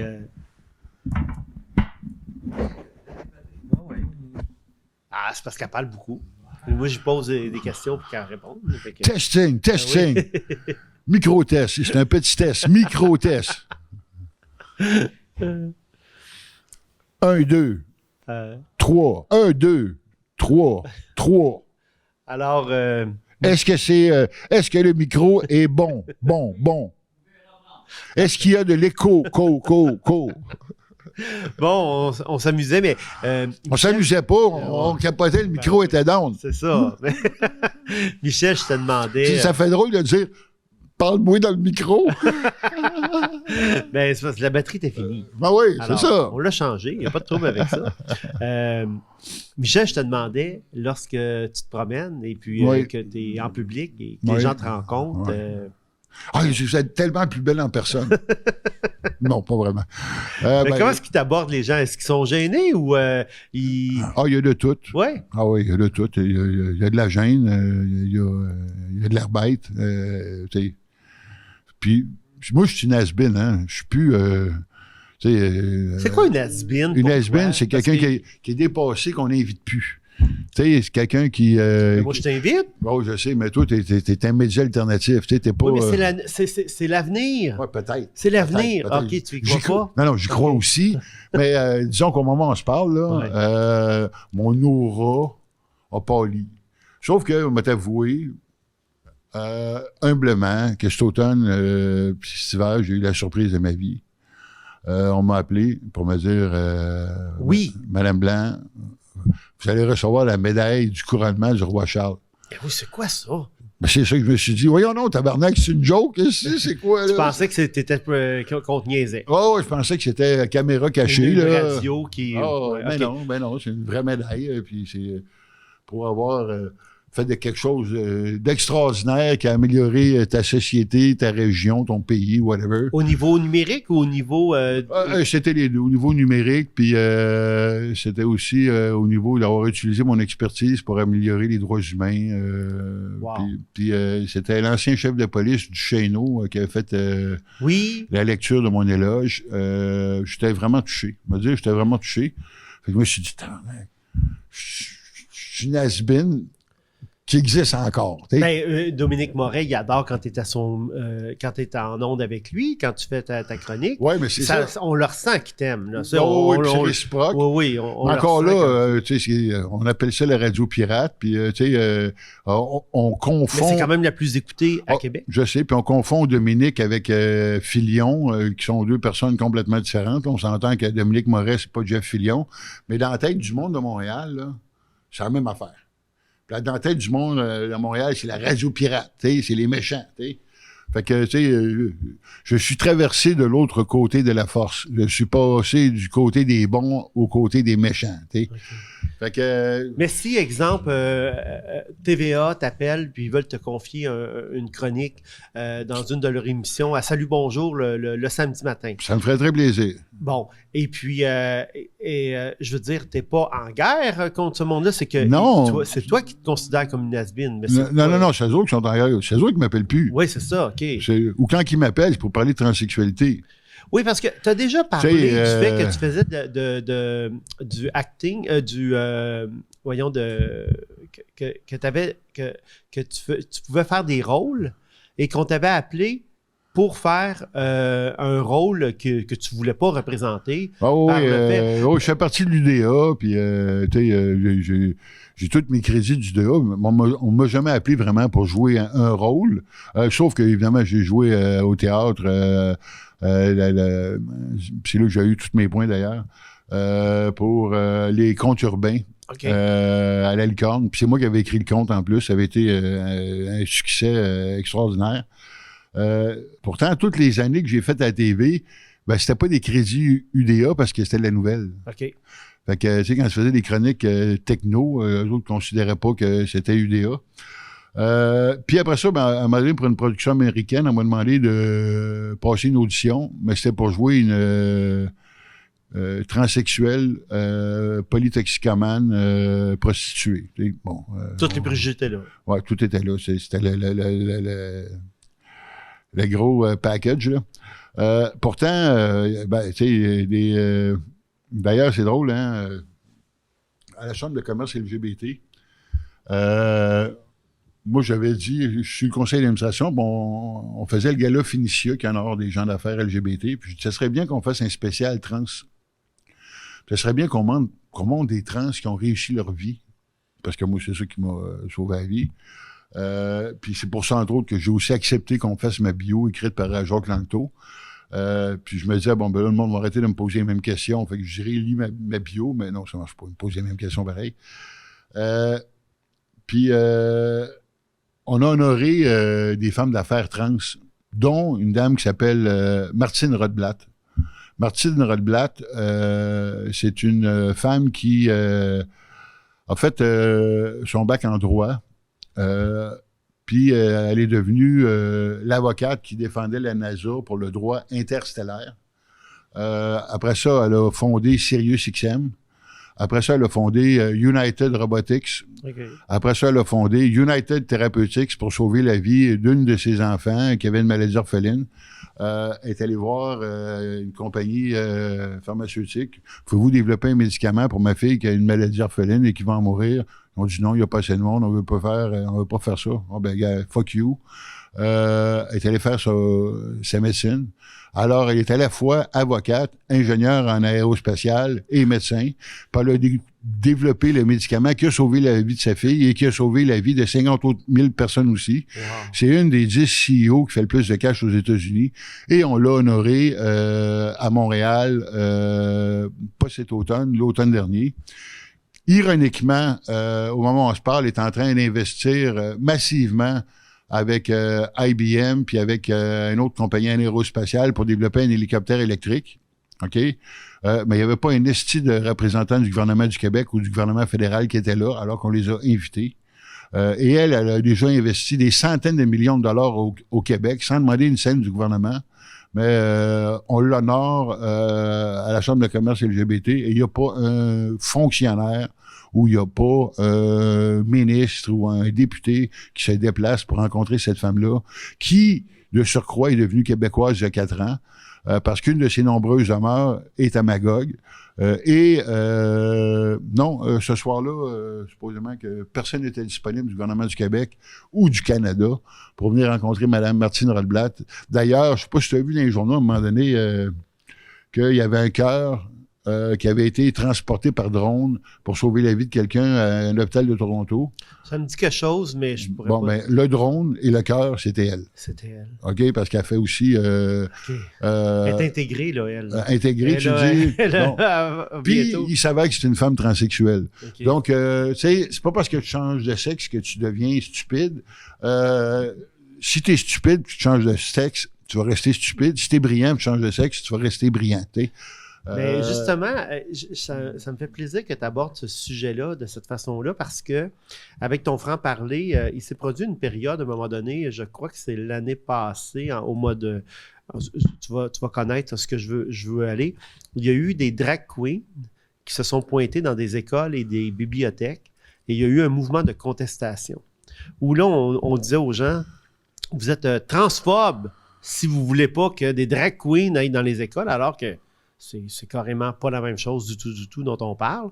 Et puis, je pense que les résidents des différentes villes et puis des villages n'avaient pas à financer ce genre de propagande-là. Et puis, il est arrivé tout un mouvement et puis on aurait dit que c'était imposé, que c'était partout. Il y avait du Barbada partout, à peu près dans toutes les municipalités, dans toutes les bibliothèques. En même temps, il y avait comme une campagne qui se faisait. Puis à la TV. Puis il y avait tout. C'était comme un kit, un tout inclus. Là. Drag Race. Tu avais le droit de passer à Tout le monde en parle, tu avais le droit à des articles. Après ça, on t'invitait dans des shows de Véronique Cloutier à la radio, à la télé, un peu partout. Ouais. Et ce mouvement-là a pris beaucoup de place qui est maintenant adulé. Et puis, on avait le mouvement trans qui en subissait des conséquences par rapport à ça. Comment tu as vécu ça, toi, cette montée-là? Bien, ça, c'est plus généralement du wokisme. OK? Et puis, évidemment, on appelle ça transgenre. Comme si quelqu'un de travesti, quelqu'un de drague ou quelqu'un de transsexuel qui a fait ses opérations, c'est la même affaire. Non. Non. C'est pas la même affaire. Puis, drague, moi, gay pour les dragues. Mais les dragues à des enfants de 6 ans, je trouve que c'est... moi, j'aurais pas aimé que mon petit-fils soit là. Pourquoi? Surtout qu'ils s'en vont là raconter des histoires, des contes de nature sexuelle. OK? Fait que c'est de l'endoctrinement. Puis moi, tu sais, je t'ai dit que je le savais à 3 ans. Mais si tu veux endoctriner, endoctrine les parents. Endoctrine pas les enfants. Laisse les enfants être les enfants. Laisse-les vivre leur émerveillement d'enfance. Puis, tu n'as pas besoin de leur parler de sexualité en si bas âge. Et si tu as vraiment besoin de le faire, fais-les avec des ressources extrêmement spécialisées sur le sujet. Moi, j'étais à la Chambre de commerce de Joliette, puis il y a une espèce de gros bif de la construction qui m'a dit « Hey, Mme Blanc, il faut que je vous parle. » Je dis « OK. » Il dit « Je voulais vous remercier. » Pourquoi? Ben, il dit « Mon petit gars, à 5 ans, il voulait mettre des robes, puis parce que j'ai entendu, je suis allé voir le professeur Gauche à l'université McGill, puis j'ai fait voir mon enfant par le professeur Gauche, puis il m'a dit vous pas avec ça, c'est peut-être rien qu'une phase, attendez, ça pourrait changer. Et effectivement, ça a changé. Aujourd'hui, mon gars, il a 16 ans, il est très bien dans sa peau, il n'a pas changé de sexe, puis il a conservé sa relation avec son gars. Oui, puis je veux dire, il n'y a pas mort d'homme. C'est ça. Et puis je pense que ça peut arriver dans les meilleures familles. C'est ça. Puis, fait que, tu sais, le mouvement woke, en général, a nuit à la cause trans. D'ailleurs, on le voit aux États-Unis, on le voit en Alberta. Tu sais, moi, j'ai toujours dit que c'est pas de la faute des autres si je suis une trans. Alors, pourquoi je culpabiliserais les autres de l'État que moi, je vis? En plus de ça, oui, il y a des trans qui se prostituent. Oui, il y a des trans qui vivent dans la misère. Mais oui, il y a possibilité d'avoir une vie heureuse. D'ailleurs, c'est la première chose que m'avait dit mon médecin de famille quand j'ai annoncé que j'avais des enjeux puis que j'avais consulté un psy spécialisé. Elle dit, vous savez, il y a moyen de vivre une vie marginale heureuse. Oui. Puis c'est vrai, tu sais. Fait que, tu sais, genre, pourquoi inventer des termes pour différencier l'autre qui est pas comme toi? Pourquoi mettre cette différence-là? Ah, t'es différent, tu fais pas partie de ma gang. Moi, j'ai besoin d'un safe space pour parler tout seul dans mon coin. Tabarnak. Tout le monde ensemble. Il va se faire comment le dialogue? Ben oui. Tu sais, tu fermes les portes, puis tu fais du cancel culture, puis tu fermes la gueule aux autres, puis tu t'inventes des nouveaux mots, puis tu inventes des nouveaux pronoms, puis là, on va changer la littérature française, puis tu sais, comme le mot autrice. Hey, regarde, moi, je suis une auteure. Bon, tu sais, on va arrêter, là. Mais je comprends que il y en a qui... Puis le pire, c'est qu'on fait ça pour améliorer les droits humains. Non, je pense pas que ça améliore les droits humains. Je pense que ça les fait retourner parce que en culpabilisant les autres, en se victimisant à l'infini, ça facilite pas le dialogue. Moi, j'aime mieux donner l'exemple d'une transsexuelle qui a réussi sa vie, que ça fait 31 ans qu'elle est encore avec sa conjointe. Pourtant, j'ai changé de sexe à 15 ans et qui a une carrière professionnelle et qui est heureuse et qui essaye d'être heureuse.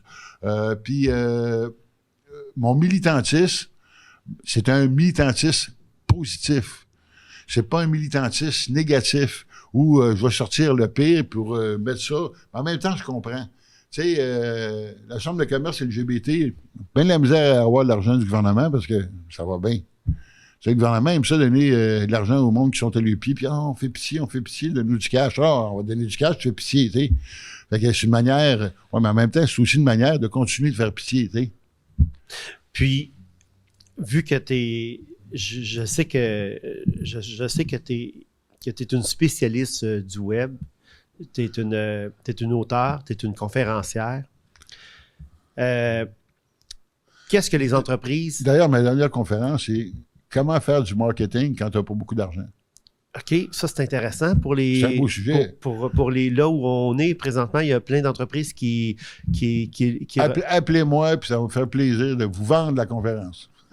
Ben justement, les gens qui veulent faire affaire avec toi, là, oui. Les entreprises... Ils m'appellent. Ils font affaire directement avec toi. Là. Tout à fait. Tu n'as pas des stagiaires avec toi, non. Des collaborateurs. C'est avec toi qu'ils vont faire affaire. Tout à fait. Ben, j'ai des collaborateurs dans certains dossiers parce qu'évidemment, je ne fais pas tout. Là. Okay. Tu sais, si je me demande de faire le site web, ben, je ne ferai pas le site web. Moi, tu gérer du monde. Je peux écrire l'appel d'offres. Je vais faire les paramètres techniques là, qui sont indispensables pour réussir. Bref, oui, vous m'appelez.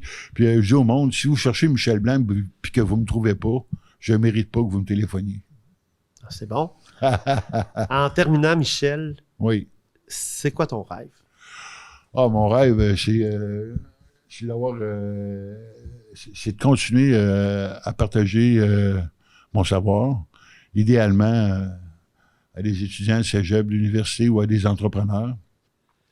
Puis, c'est de continuer de vivre dans la nature, tranquillement, avec ma conjointe, puis de vieillir dans le bonheur.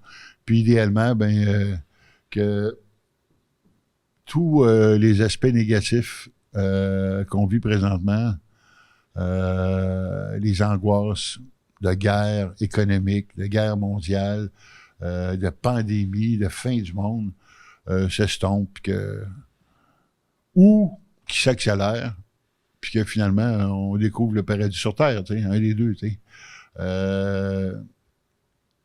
On vit une période trouble, tu sais, puis... mais c'est ça, tu sais, je pense que c'est les Chinois qui disent que dans le mot crise, il y a aussi opportunité, tu sais. Alors qu'on trouve l'opportunité, puis qu'on en profite, puis la vie est belle, tu sais. Ben, Michel, je tiens à te remercier pour nous avoir partagé ta vie, nous avoir parlé de toi, parlé de ta vie, puis je te souhaite, avec ta conjointe, beaucoup de bonheur. Ben merci, merci.